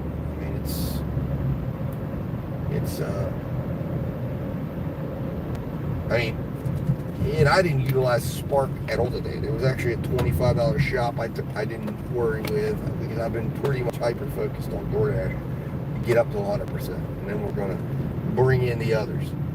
So definitely leaving money on the table, but I'm trying to get to 100% as fast as I can, and I'm committed to seeing what DoorDash's algorithm is going to give me if I accept every single one. I mean, I'm pretty much playing the algorithm. Not playing it, but I mean, I'm just letting the algorithm let me earn and see what it does. See if Uncle Tony will maybe throw me a bone or two or three. Maybe reprogram my algorithm since I'm broadcasting. Since allegedly broadcasters get better orders, so I'm waiting for it. I'd love to see it happen.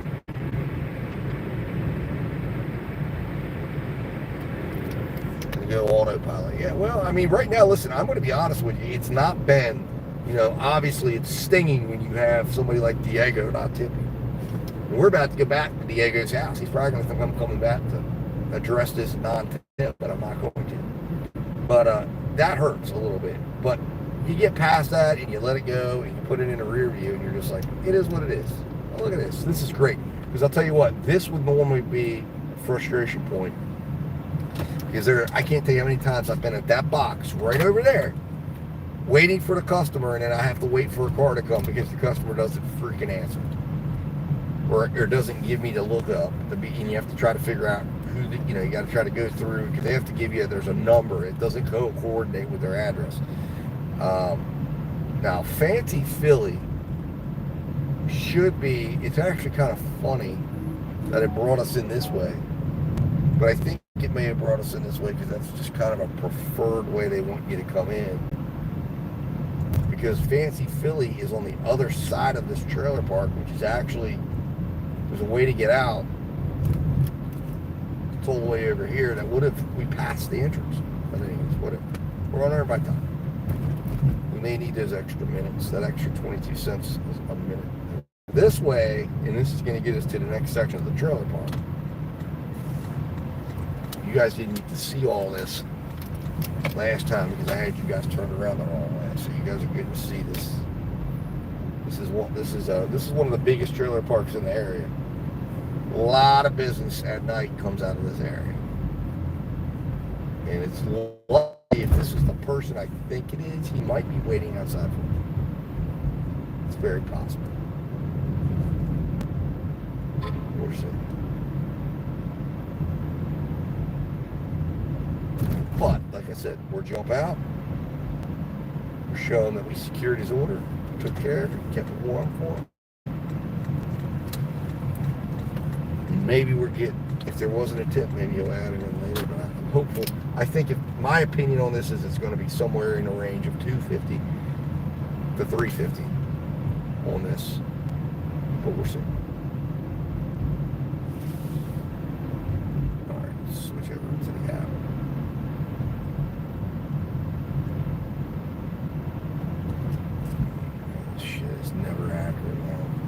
They've got its delivery at the end of this thing. I swear. The damn numbers.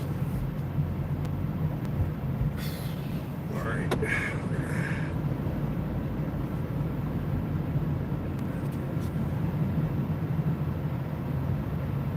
is what I need my son to do. So it's 6:31. So we're odds over there. Evens over here. It's telling me it's this one right here. I don't know. I believe it was handed to me as well. So.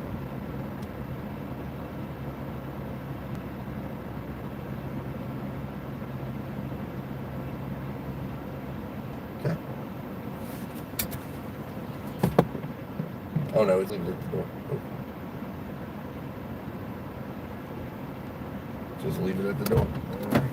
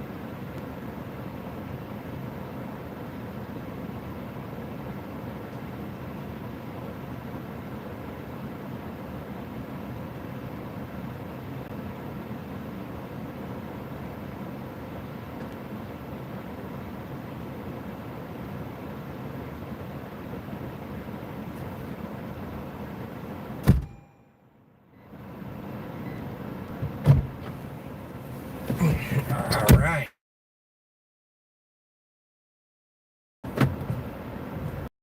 Crazy. Yes, it is. It is a gamble. All right. Well, anyways, listen, I thought 50. It's 150. So they lowered us a little bit, right? All right. So we got 150 tip and 408 base pay. Again, it's like DoorDash is achieving that low base pay. They've always wanted under $2. But it's 150 tip, 408 base pay. There it is.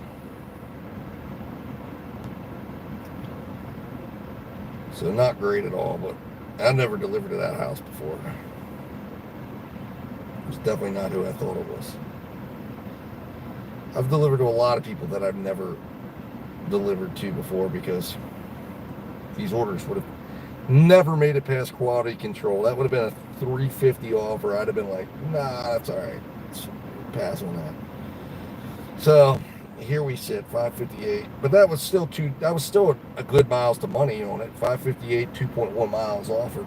I don't know what the actual miles was. Let's see what the actual miles was. 4 miles because of the time. So DoorDash didn't have it quite right. Yeah, we in a hillbilly hood. Not quite the hood. It's a rural hood.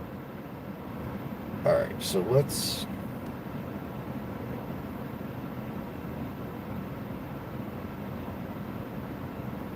so we're at $1.21 a mile.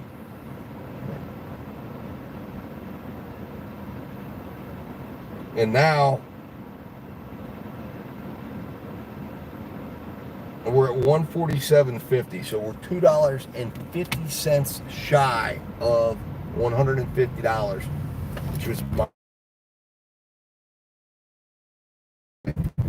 they bring me to go up to the Pizza Hut. So that to me is just a, hey, tell us you want to work a little bit more, and we'll send you the Pizza Hut, and then we'll take you and send you to fucking 20 miles away.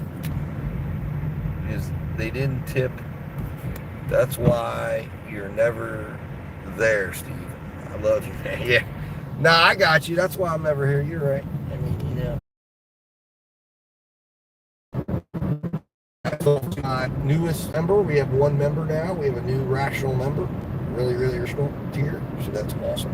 So I appreciate you.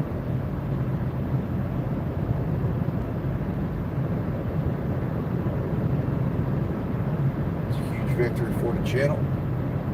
Much, much appreciated.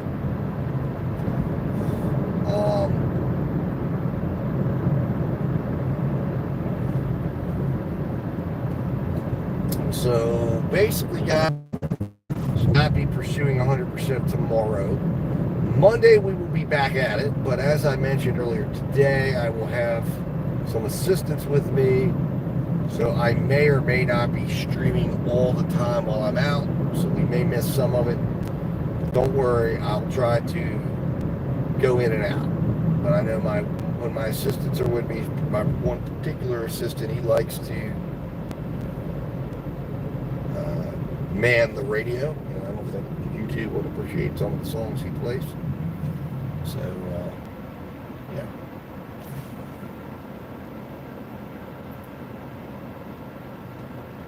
I'm still in the customer drive. Am I still in the customer driveway right now? God damn it. I hope I'm updated.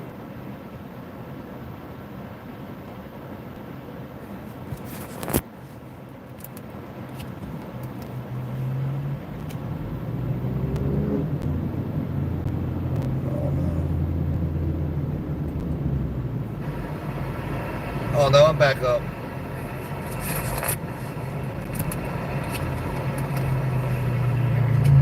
Refresh your screen there, yup. I'm back up now. I'm back down by the restaurants by my house. Gotta decide on what we're gonna eat tonight. I'll have to give my wife a call. Hopefully she's not too mad at me. Dashing. See what we want to do. See if I can coax her into Wendy's so we can try the saucy wings. Sounds very interesting. I'm not leaving this area though. They either give me another order or call me. I don't know. I gotta decide. 22 minutes left. I scheduled it in there. DoorDash better not pull some bullshit. Trying to nope, they have not. Good. Alright. We're at my favorite Walmart where I do all my sparking at. It's my favorite Walmart to spark at and shop at. I just wish they had the extended cash registers like the one across town does. Oh, there we go. 1.4 miles. McDonald's, $13.25. Woo! Hell yes. All right, celebration. Celebrate good times. Come on. Even hit a ride to the store. What do we got here? Don't tell me we got the promo nugget bullshit. No, we don't. All right, good. So we got double bacon quarter pounder with cheese meal. That's got a Diet Coke with it. Oreo McFlurry, a 10-piece chicken nugget, and French fries. I believe I can go to the drive-thru now. I hope. Chill in the drive-thru for a minute. But man, I'll tell you. All right, this could be the last order today. Maybe they'll squeeze me another one in.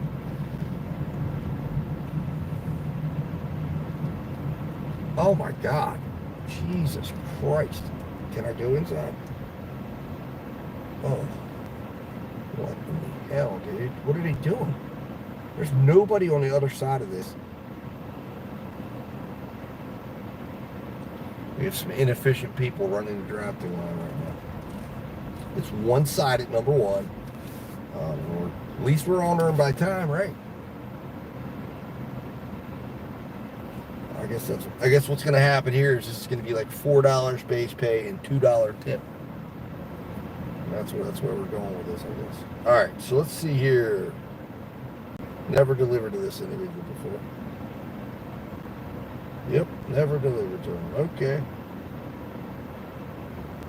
I'll double check my database here. I don't believe I have.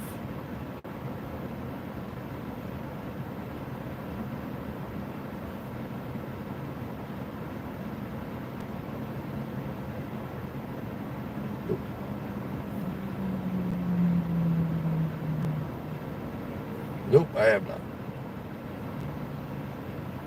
Nice house, though. Doesn't always mean there's a tip, though. But we're hoping. I hope the DoorDash is hooking me up with a guy who's willing to pay at least $5 for nuggets and tips and end the day strong with a good taste in my mouth to get ready to get started again on Monday and get the week started strong. I hope that's what happens. All right, let's see here. Tip. So that's saved. Welcome, sir, to the gig, to the Rational Gig family. You're now officially part of the family.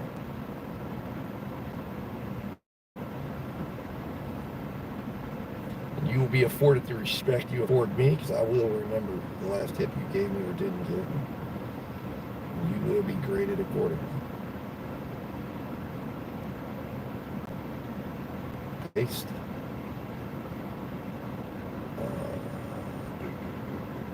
1.4 miles. And 1, 2, 4. We know it's not really 1.4 miles. We've driven 3 miles already, and it'll be about 1.4 from here, so it'll be about 4 miles. So that's where we're going to fall at. And 10:39 is when we started this, so 7-minute wait, about in line with what we were doing earlier. Let's see here, and then we got arrived here about quarter 6 at 42.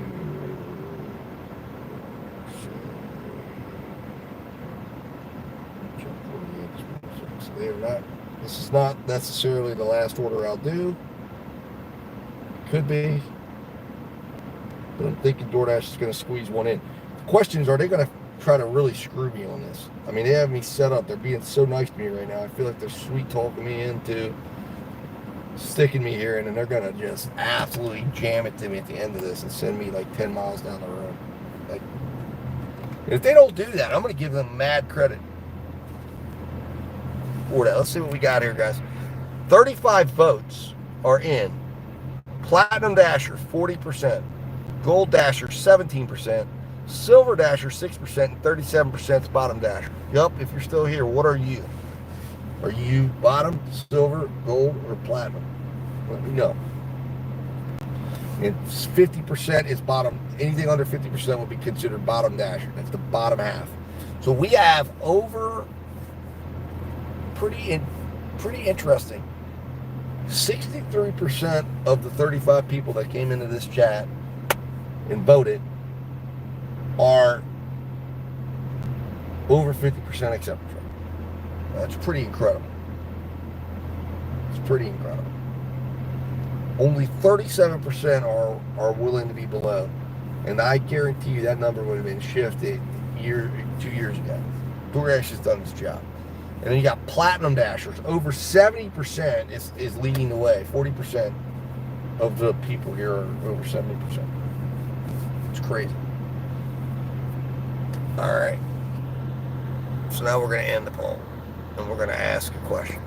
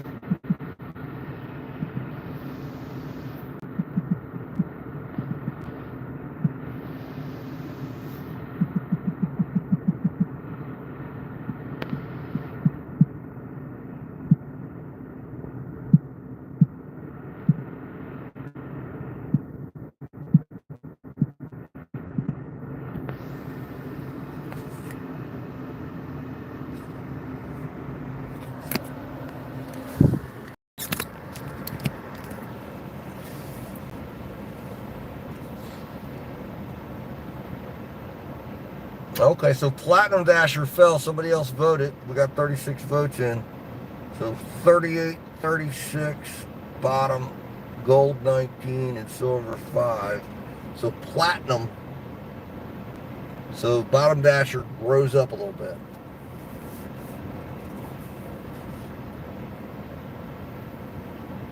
Interesting.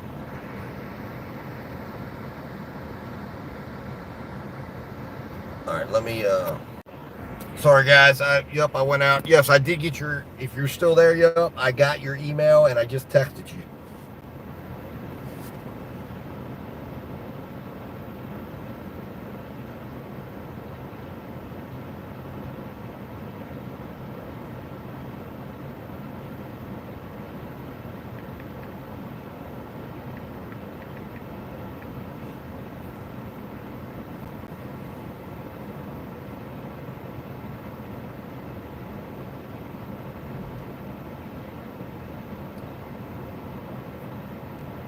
Up, welcome. So you said I believe you get better orders as platinum. Okay. Well, I'm going to test it out. I'm testing it out. I've been platinum now for going on 2 weeks now, and like I said, I'm testing it out to see how well it goes. What have you been seeing large order program orders, Christopher? And what do you normally make a day normally when you're out platinum versus when you weren't platinum? Have you seen an increase in that in your daily earnings? In miles to money also. Have you seen an increase or decrease in your miles to money?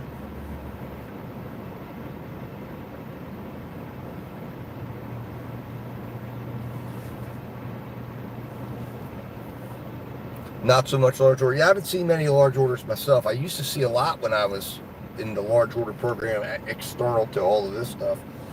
But it stopped about first of the year. It really dried out.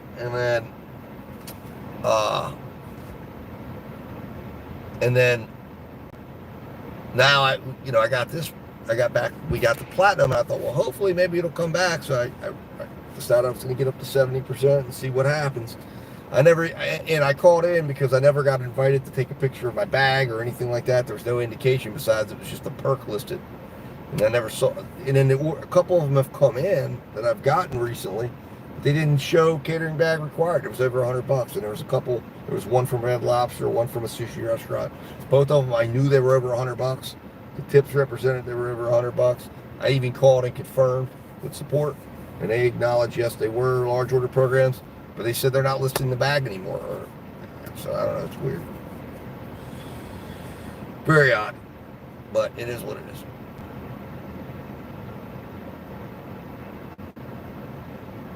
Here in India, okay. Yes, yeah, I've been on Earn by Time for the most part since I've hit platinum. So I haven't been on the Earn by Order, and I haven't seen any shops at all on my Earn by Time. Are you on Earn by Time or you do Earn by Order?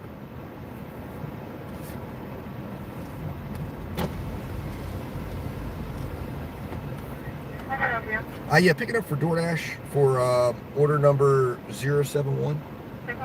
Thank you.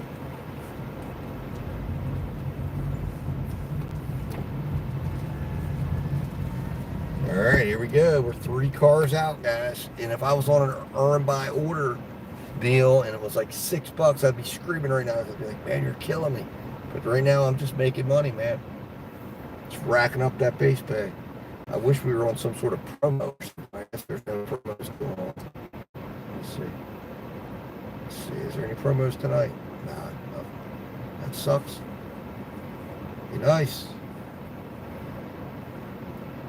But anyways, you do Earn by Order. Okay, that's what I thought. As a non-diamond dasher, you don't get orders here. The ones you get sucked. Okay. So you've got the tier program now. But yeah, like I said, I've been doing Earn by Time. I'm going to eventually try out the Earn by Order once I get to 100%. That's my goal. But it's been, every time I've switched over, I don't know.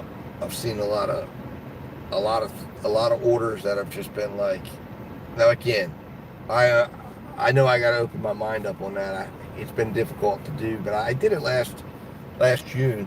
But I wasn't in the tier program. There wasn't the platinum program. But doing the earn by time has been it's been a pretty interesting experience. And I feel like it's been pretty good. No, it requires the catering. Okay, so what I was saying, Ron, just to clarify that, what I was saying is it does require the catering bag. Okay, you got to take a picture of it. But what I was told by support, because I've done a couple of large order programs, they haven't listed it as catering bag required. And I asked them about that. I said, these were over $100. One was a Red Lobster order. It was clear. And she acknowledged, yeah, some of them will say that, some of them won't. And I'm like, okay. And that's only been since, I mean, every other time I've always gotten catering bag required.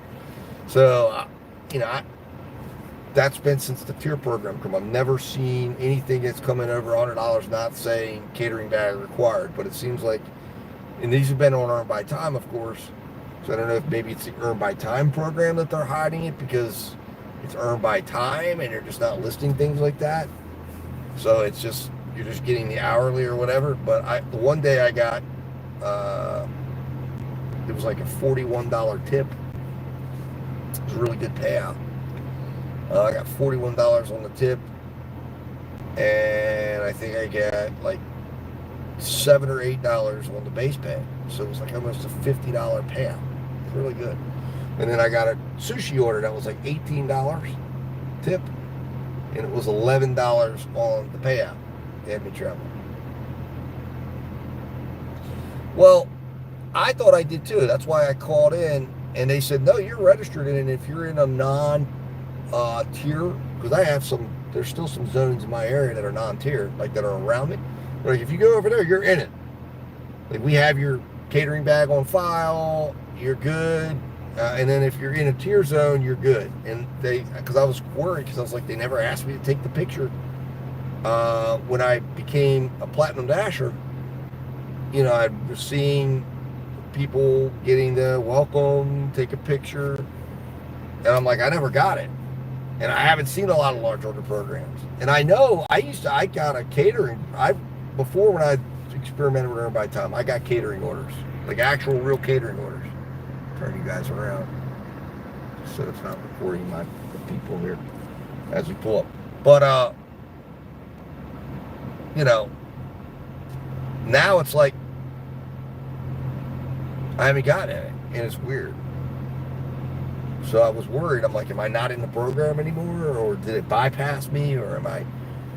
But she said no, and then like I said, I got the two already that I knew were verifiable. The one was a sushi restaurant, and I saw the ticket because they put the receipt in the bag of food, and I saw it was like $135 worth of food, and I'm like, I didn't get a catering order, and that's the one that prompted me finally to call in. And then there was the one from Red Lobster that didn't come back catering order required, and I'm like, what is going on here? So I don't know. It's strange.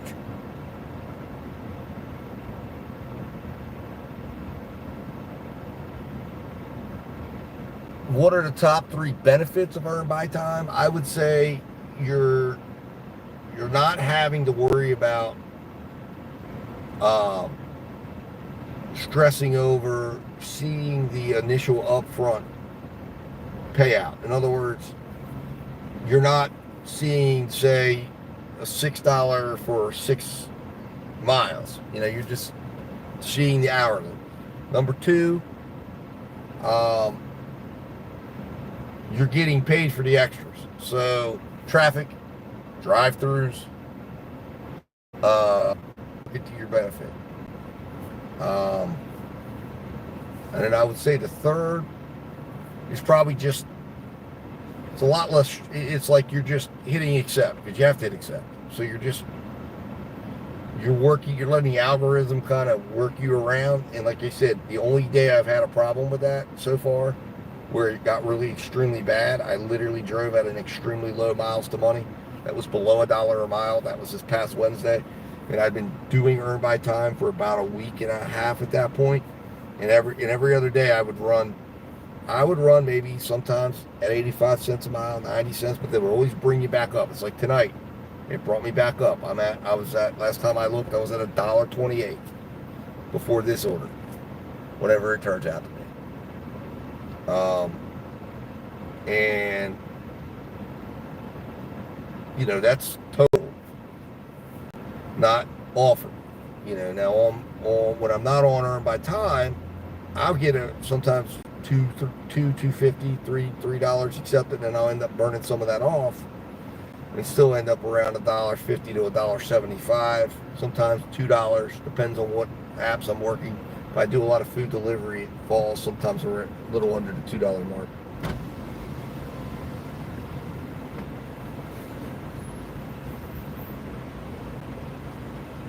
Sometimes towards the $1.50 mark.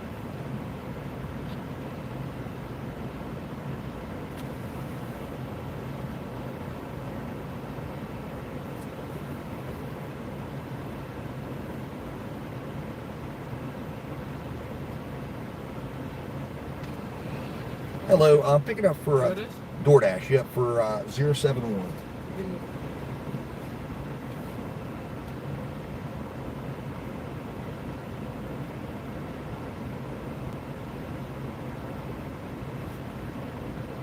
This number? 071. Thank you very much. Appreciate it. Yep.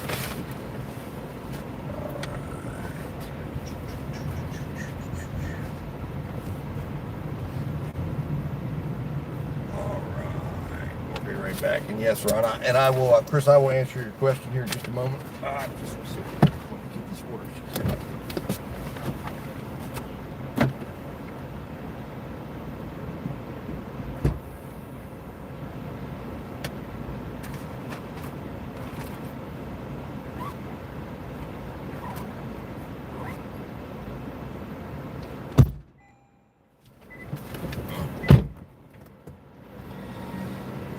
So we got secure it here, confirm pickup.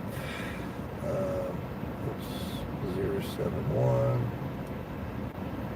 And then we got directions. Start. All right, so to answer your question, you said, what's my hourly rate on average? When I'm on earn by time. So when I'm on earn by time, my hourly average will range anywhere, depending on the market I'm working. It ranges anywhere from 19. Now this is okay. So I want to speak DoorDash language.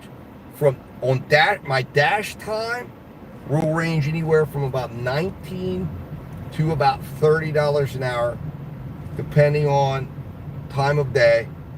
And then my active time would ranges anywhere from 25 to about $40 an hour, and that's earn by time working multiple apps. I am a multi-apper by normal stuff.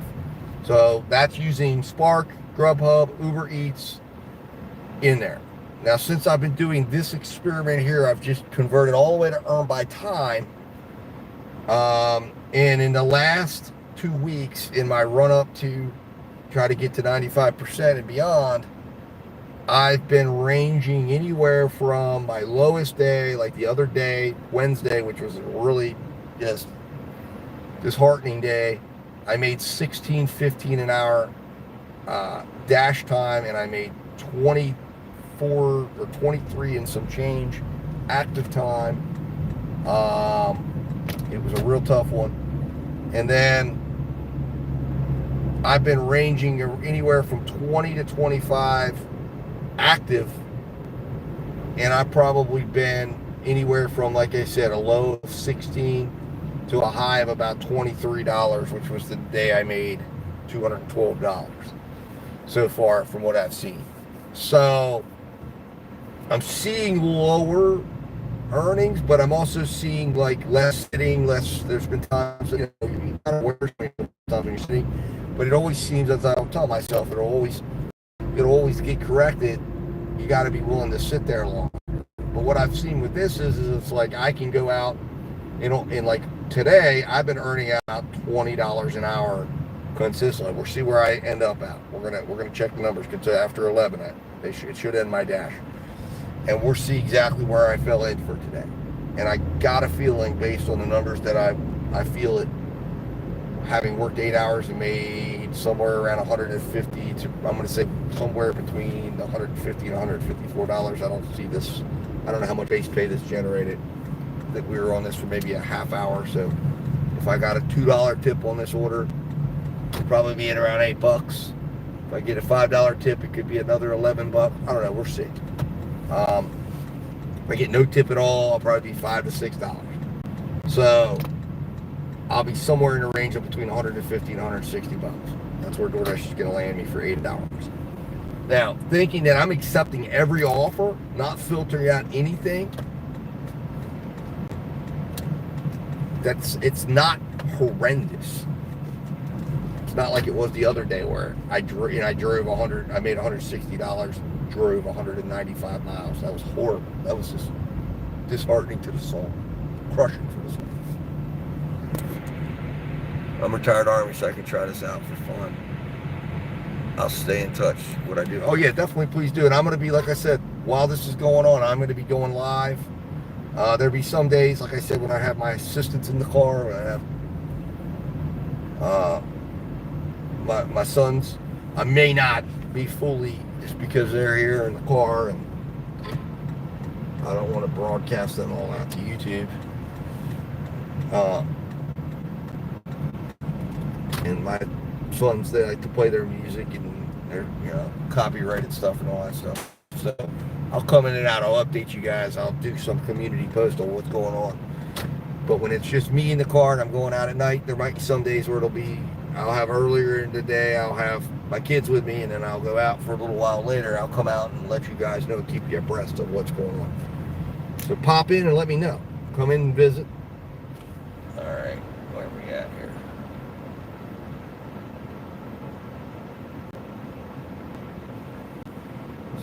Side of the street. But I really need my son's eyesight. Alright, we're gonna figure it out, of course, for a second. I think this is it right here. That's what I'm seeing. Thank God for Google having pictures of houses.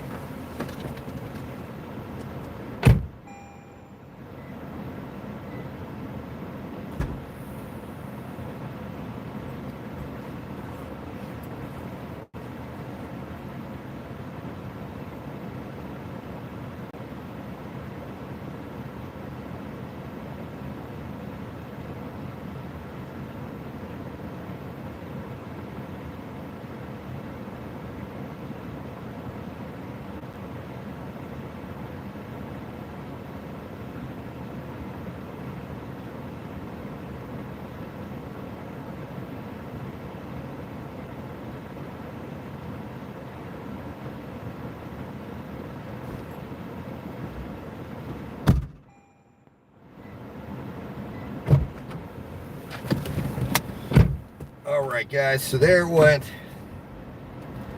Now they're offering me to flip over to earn by order. We're not going to do that. So I had active time. I started at $2.50. That's when I turned on the app. That order was a $10 payout. I'll have to go back in and look. I screenshotted it. Let me take a look at that here. Let me also make sure I don't lose this screen either. I want to have the dash summary. And we're going to click done.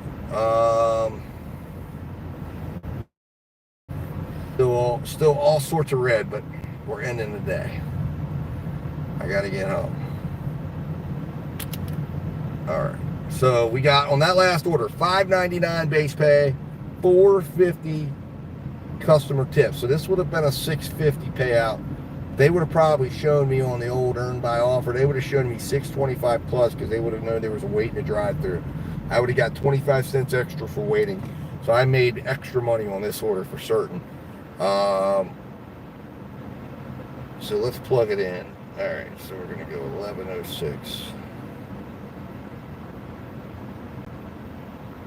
Yeah. We're gonna go 124 or 149. Whoops.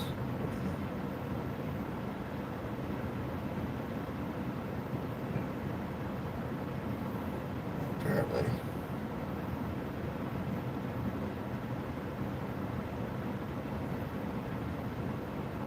Marked it received in my apps. Alright, so 124, 149. And then we're going to go $5.99 base pay. $4.50. Tip.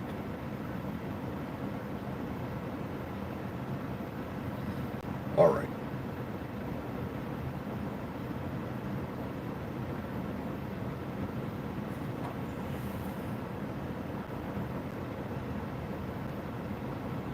All right, so we made $157.99 today, and we're gonna put in. Let's put in 11:06 into the calculator. 11:06 p.m. All right, so here we go. Well, we're gonna stop off here. We drove 126 miles, so we drove at $1.25 a mile, which isn't terrible for accepting every single offer. We needed it after, like I said, after Wednesday, which was a absolutely trying day of the highest regard. Now that doesn't mean our ratings are, when you're out doing these low tip orders, your ratings are always at risk. We're at 95%. We ended the day at 95%, 100% completion rate, 4.9 customer rating, 232 deliveries, 4,456 lifetime, 92% on time. That never came. All right, we're gonna go up here to this BFS parking lot where I will go over the numbers, and I will then figure out if my wife wants anything. Like we're gonna try the saucy wings tonight. I think that's a good idea. I'm gonna see my friends at Wendy's, who I was just sitting in the drive-thru. I'm just sitting in the drive-thru for myself. All right, there we go, guys. All right. Turn you around. All right, here I sit, guys. All right, so let's go over the numbers here. Let's talk about it, right? All right. And we're gonna grab you guys. Look, I want to show you. That way you guys don't think I'm just pulling this shit out of my ass. So there it is. This is every order I did today. Right? Document it. Oh, hold on. Document it right here. You can see them all. Document it and done. Right? Now, come over to the shift stats. There you can see. What's up, Tommy? My man Tommy. I haven't seen you in a while, man. I know. I agree with you, Chris. I agree with you. It is. It's very addictive. It is like a drug. Like I said, it is. It can be. It's fun. I think it is, at least. All right. So there it is. I'll read now. Now you guys can see these are legit. This is what I'm going to be reading you guys off, and we're turning around. Let you face me. All right. All right. Here we go. So let's talk. Let's talk numbers here. We'll go over the numbers of the day. You guys saw what I'm reading from. 126 miles driven. Remember, every order was accepted today. Every single order that came to my phone was accepted. This is what I produced. I did 16 dashes in total. There was a couple of doubles, I believe. Or was there no doubles today? I don't know if there was any doubles. Let me see. Let me go back into my dash and see, because it'll tell me when I don't know if I did any doubles. Nope, I didn't. 15 deliveries. There was no doubles. It was all singles. No, there was one double. There was one double. That was the pizza order. So I lied. That was. Let me look on my thing here. Yep. Yeah, that was the Little Caesars. I never added it in. I gotta add the Papa John's on there. So yeah, Papa John's. That was the Little Caesars Papa John's. That was the only double I did all day long. So only one double. But here's what we got. We did 126 miles for $1.25 a mile. We were offered at, and now when I say offered, I mean I just plug back in because I'm on earn by time. So I just plug back in what it ended up being versus the offered miles. I was offered at 119.1 miles or $1.24 a mile versus 126. I don't know why I would. Hold on a second. That ain't right. There's something wrong with that.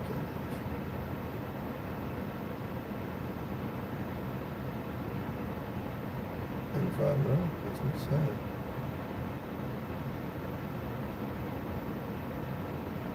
So basically, it was about even, we're saying. So it says $1. The calculator is saying $1.24, but I don't think. Something's not right with that. We made 100. Oh, I know why. Because the initial offer. So wait a minute here. Hold on.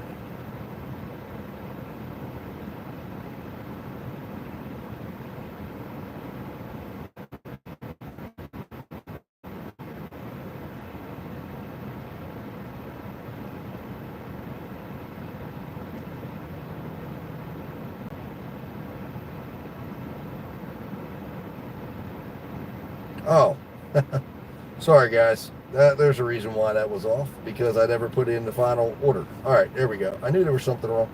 All right, let's get back to it. So we were offered at $1.33 a mile versus the $1.25 final. So we ran off about 8 cents in our miles.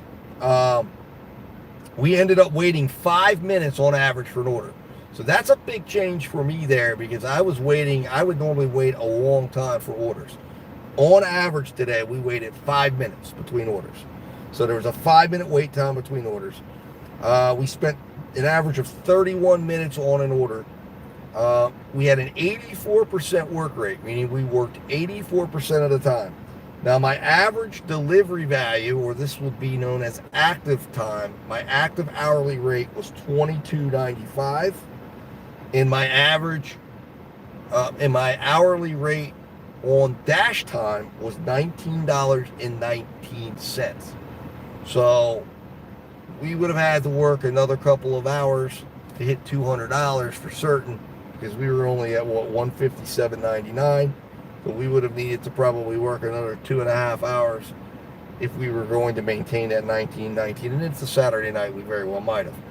The thing that the force multiplier here that didn't happen, that needed to happen, was the large order program. It didn't show up today. Had that shown up, and maybe it would have shown up on an earn by offer, which is why I'm going to have to bite the bullet, and I'm going to have to go out here and see what it's like doing that, even though I know it's going to be a little bit difficult to accept some of those orders. But the force multiplier that's going to come into effect when I'm doing earn by offer, I think, is going to be, I'm going to be getting more large order programs, because they say it right in the literature. They are prioritizing the larger tips for those drivers, which means we're going to have, I'd love to do it. I'm going to have to do it. I want to get to 100 first, but maybe I'll do it. I don't know. Maybe I'll run a poll on my community page. And if I've got to get at least 10, 15, 20, maybe, get enough people in there, not one or two, and vote to see if on Monday maybe I decide to go earn by offer instead of earn by time in this. And maybe that'll influence me a little bit. But we ended up working for 8.23 hours in total from when I did my first order to when I did my last order. And we worked 413 minutes, or let's see here, 413 minutes is, 413 divided by 60, or about 6.88 hours. And it even said it in the app. So I hadn't even, worked. Now let's see here. You can't get on EBT here. Yeah, it is locked out somewhat here. All right, so let's go over the numbers here. I've gone over my numbers. Let me look at the final poll of the day. Only 6% of 17 voters make over 200 a day. All right, right now. 12% make 151 to 200 a day. So only 18% of these 17 people that voted here are making more than $150 a day. The rest, 82% are making 150 or less. I'll tell you why they lock it, Christopher, because here's the deal. It's all in, if you watch the video that I put up of Tony Hsu, all right, and he explains it. Earn by time, the casino edge, so to speak. Like I said, everything, you have to think of everything in DoorDash as a casino, because that's how they designed it. There's an edge for the house. The house edge in Earn by Time is the fact that they're going to limit the amount of drivers because they only want certain orders delivered under that program.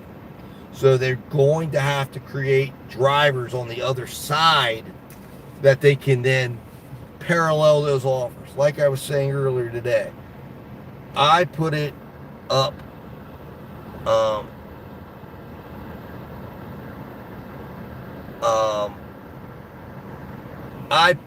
I was talking about this earlier today,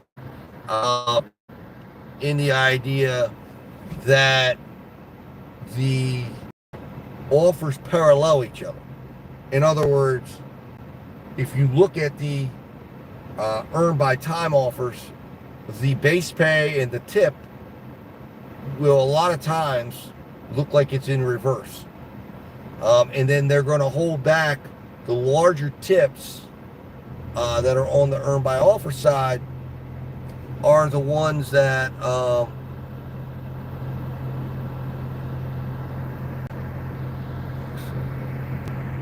excuse me for a minute. Let me throw out some trash here.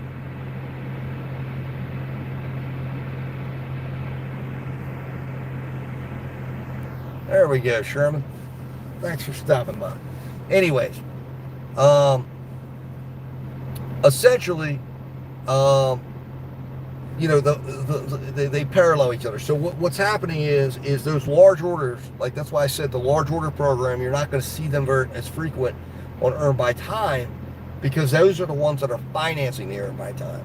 What they're doing is they're doing the old, when they wanted everybody to, when they used to flatline everybody at $5 and then, or it was like $5 minimum.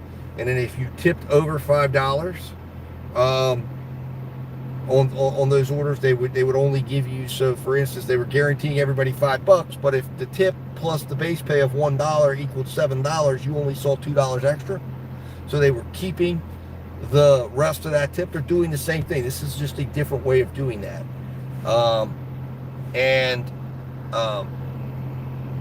So that's why they're eliminating. They have to limit the drivers because if everybody would just go to Earn by Time, then they would be forced to present the larger tips to the Earn by Timers because everybody would just want to be on it.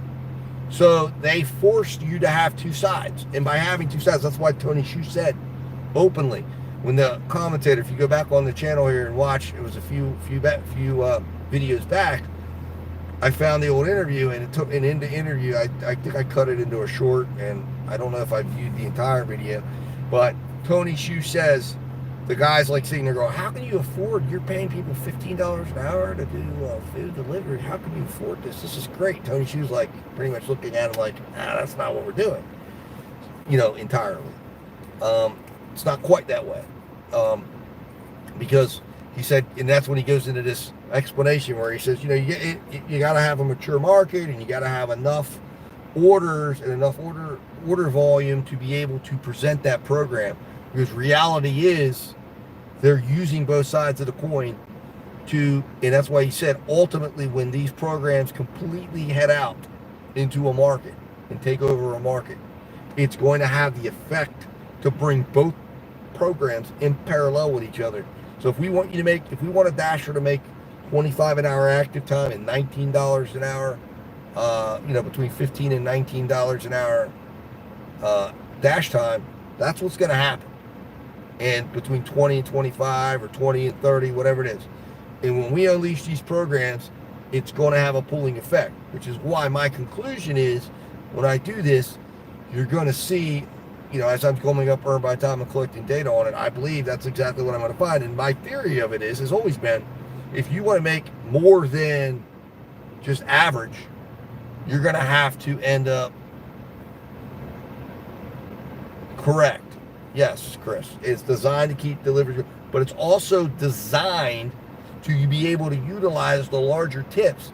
Because what you're seeing on the Earn by Offer side, at least what I see and have seen for a while now, since Earn by Time came out, is a majority, probably 85% of my orders. I went back and looked at this on DoorDash because I have it all spreadsheeted out. But 85% of my orders are all about $2, regardless of distance.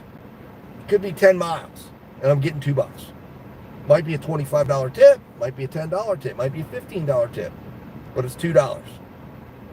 So what happens is those base pays should be higher, because by definition of the program that defines how you get compensated, it should. Well, that's what I'm trying to figure out. I think what I'm finding is in the end, and that's what I want to look at the average, is I think in the end, I think it's just a matter of what's simpler and what's easier. I think by better definition, in my opinion, it's going to be defined by miles to money. I think earned by offer will be better on a miles to money basis. And I think that's why I've come to the conclusion, when we think in hourly workers, so we have to define everything by the miles we drive on our car. Right now, I'm driving a lot of miles. Like I said, today I drove at $1.25 a mile, which isn't the end of the world, but it's a lot lower than what I'm accustomed to driving at in the past, when I've been on a multi-app, cherry pick the best, sit for 60, I'm sitting for 40, anywhere from 50 to 30% of the time I'm sitting. Whereas today, I was active for 84% of the time.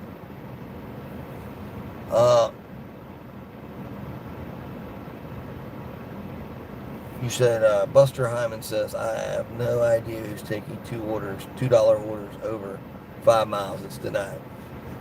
Well, yeah. I mean, that's the thing. The earn by timers are, because they don't know any better. And what I mean by that is, we don't know if you're hitting accept. So you could end up with that at the end of the way it works out, because if you end up with a no tip order, but you're not going to know what the tip is up front, there's no way to vet what that order is.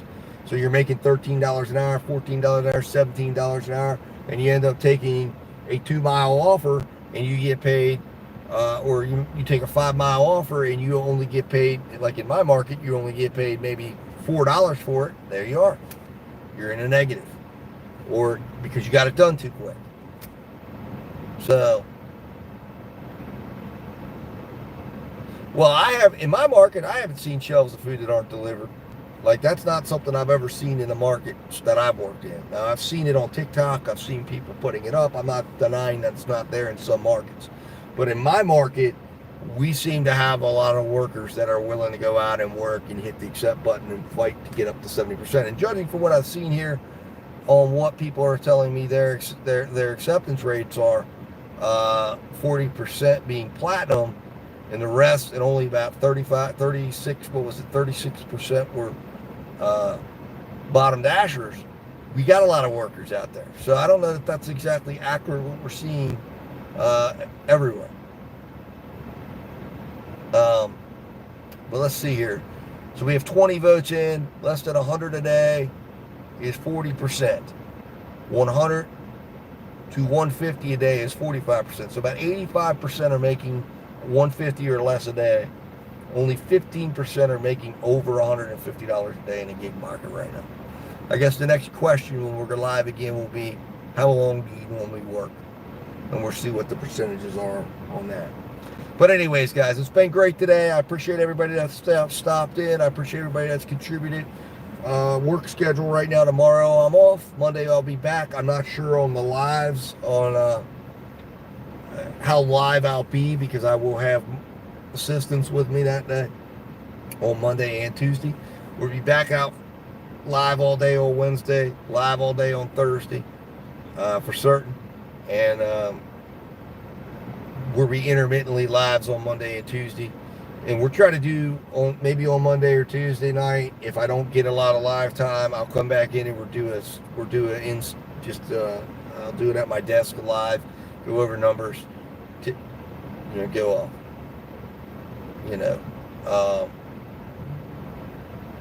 and do that.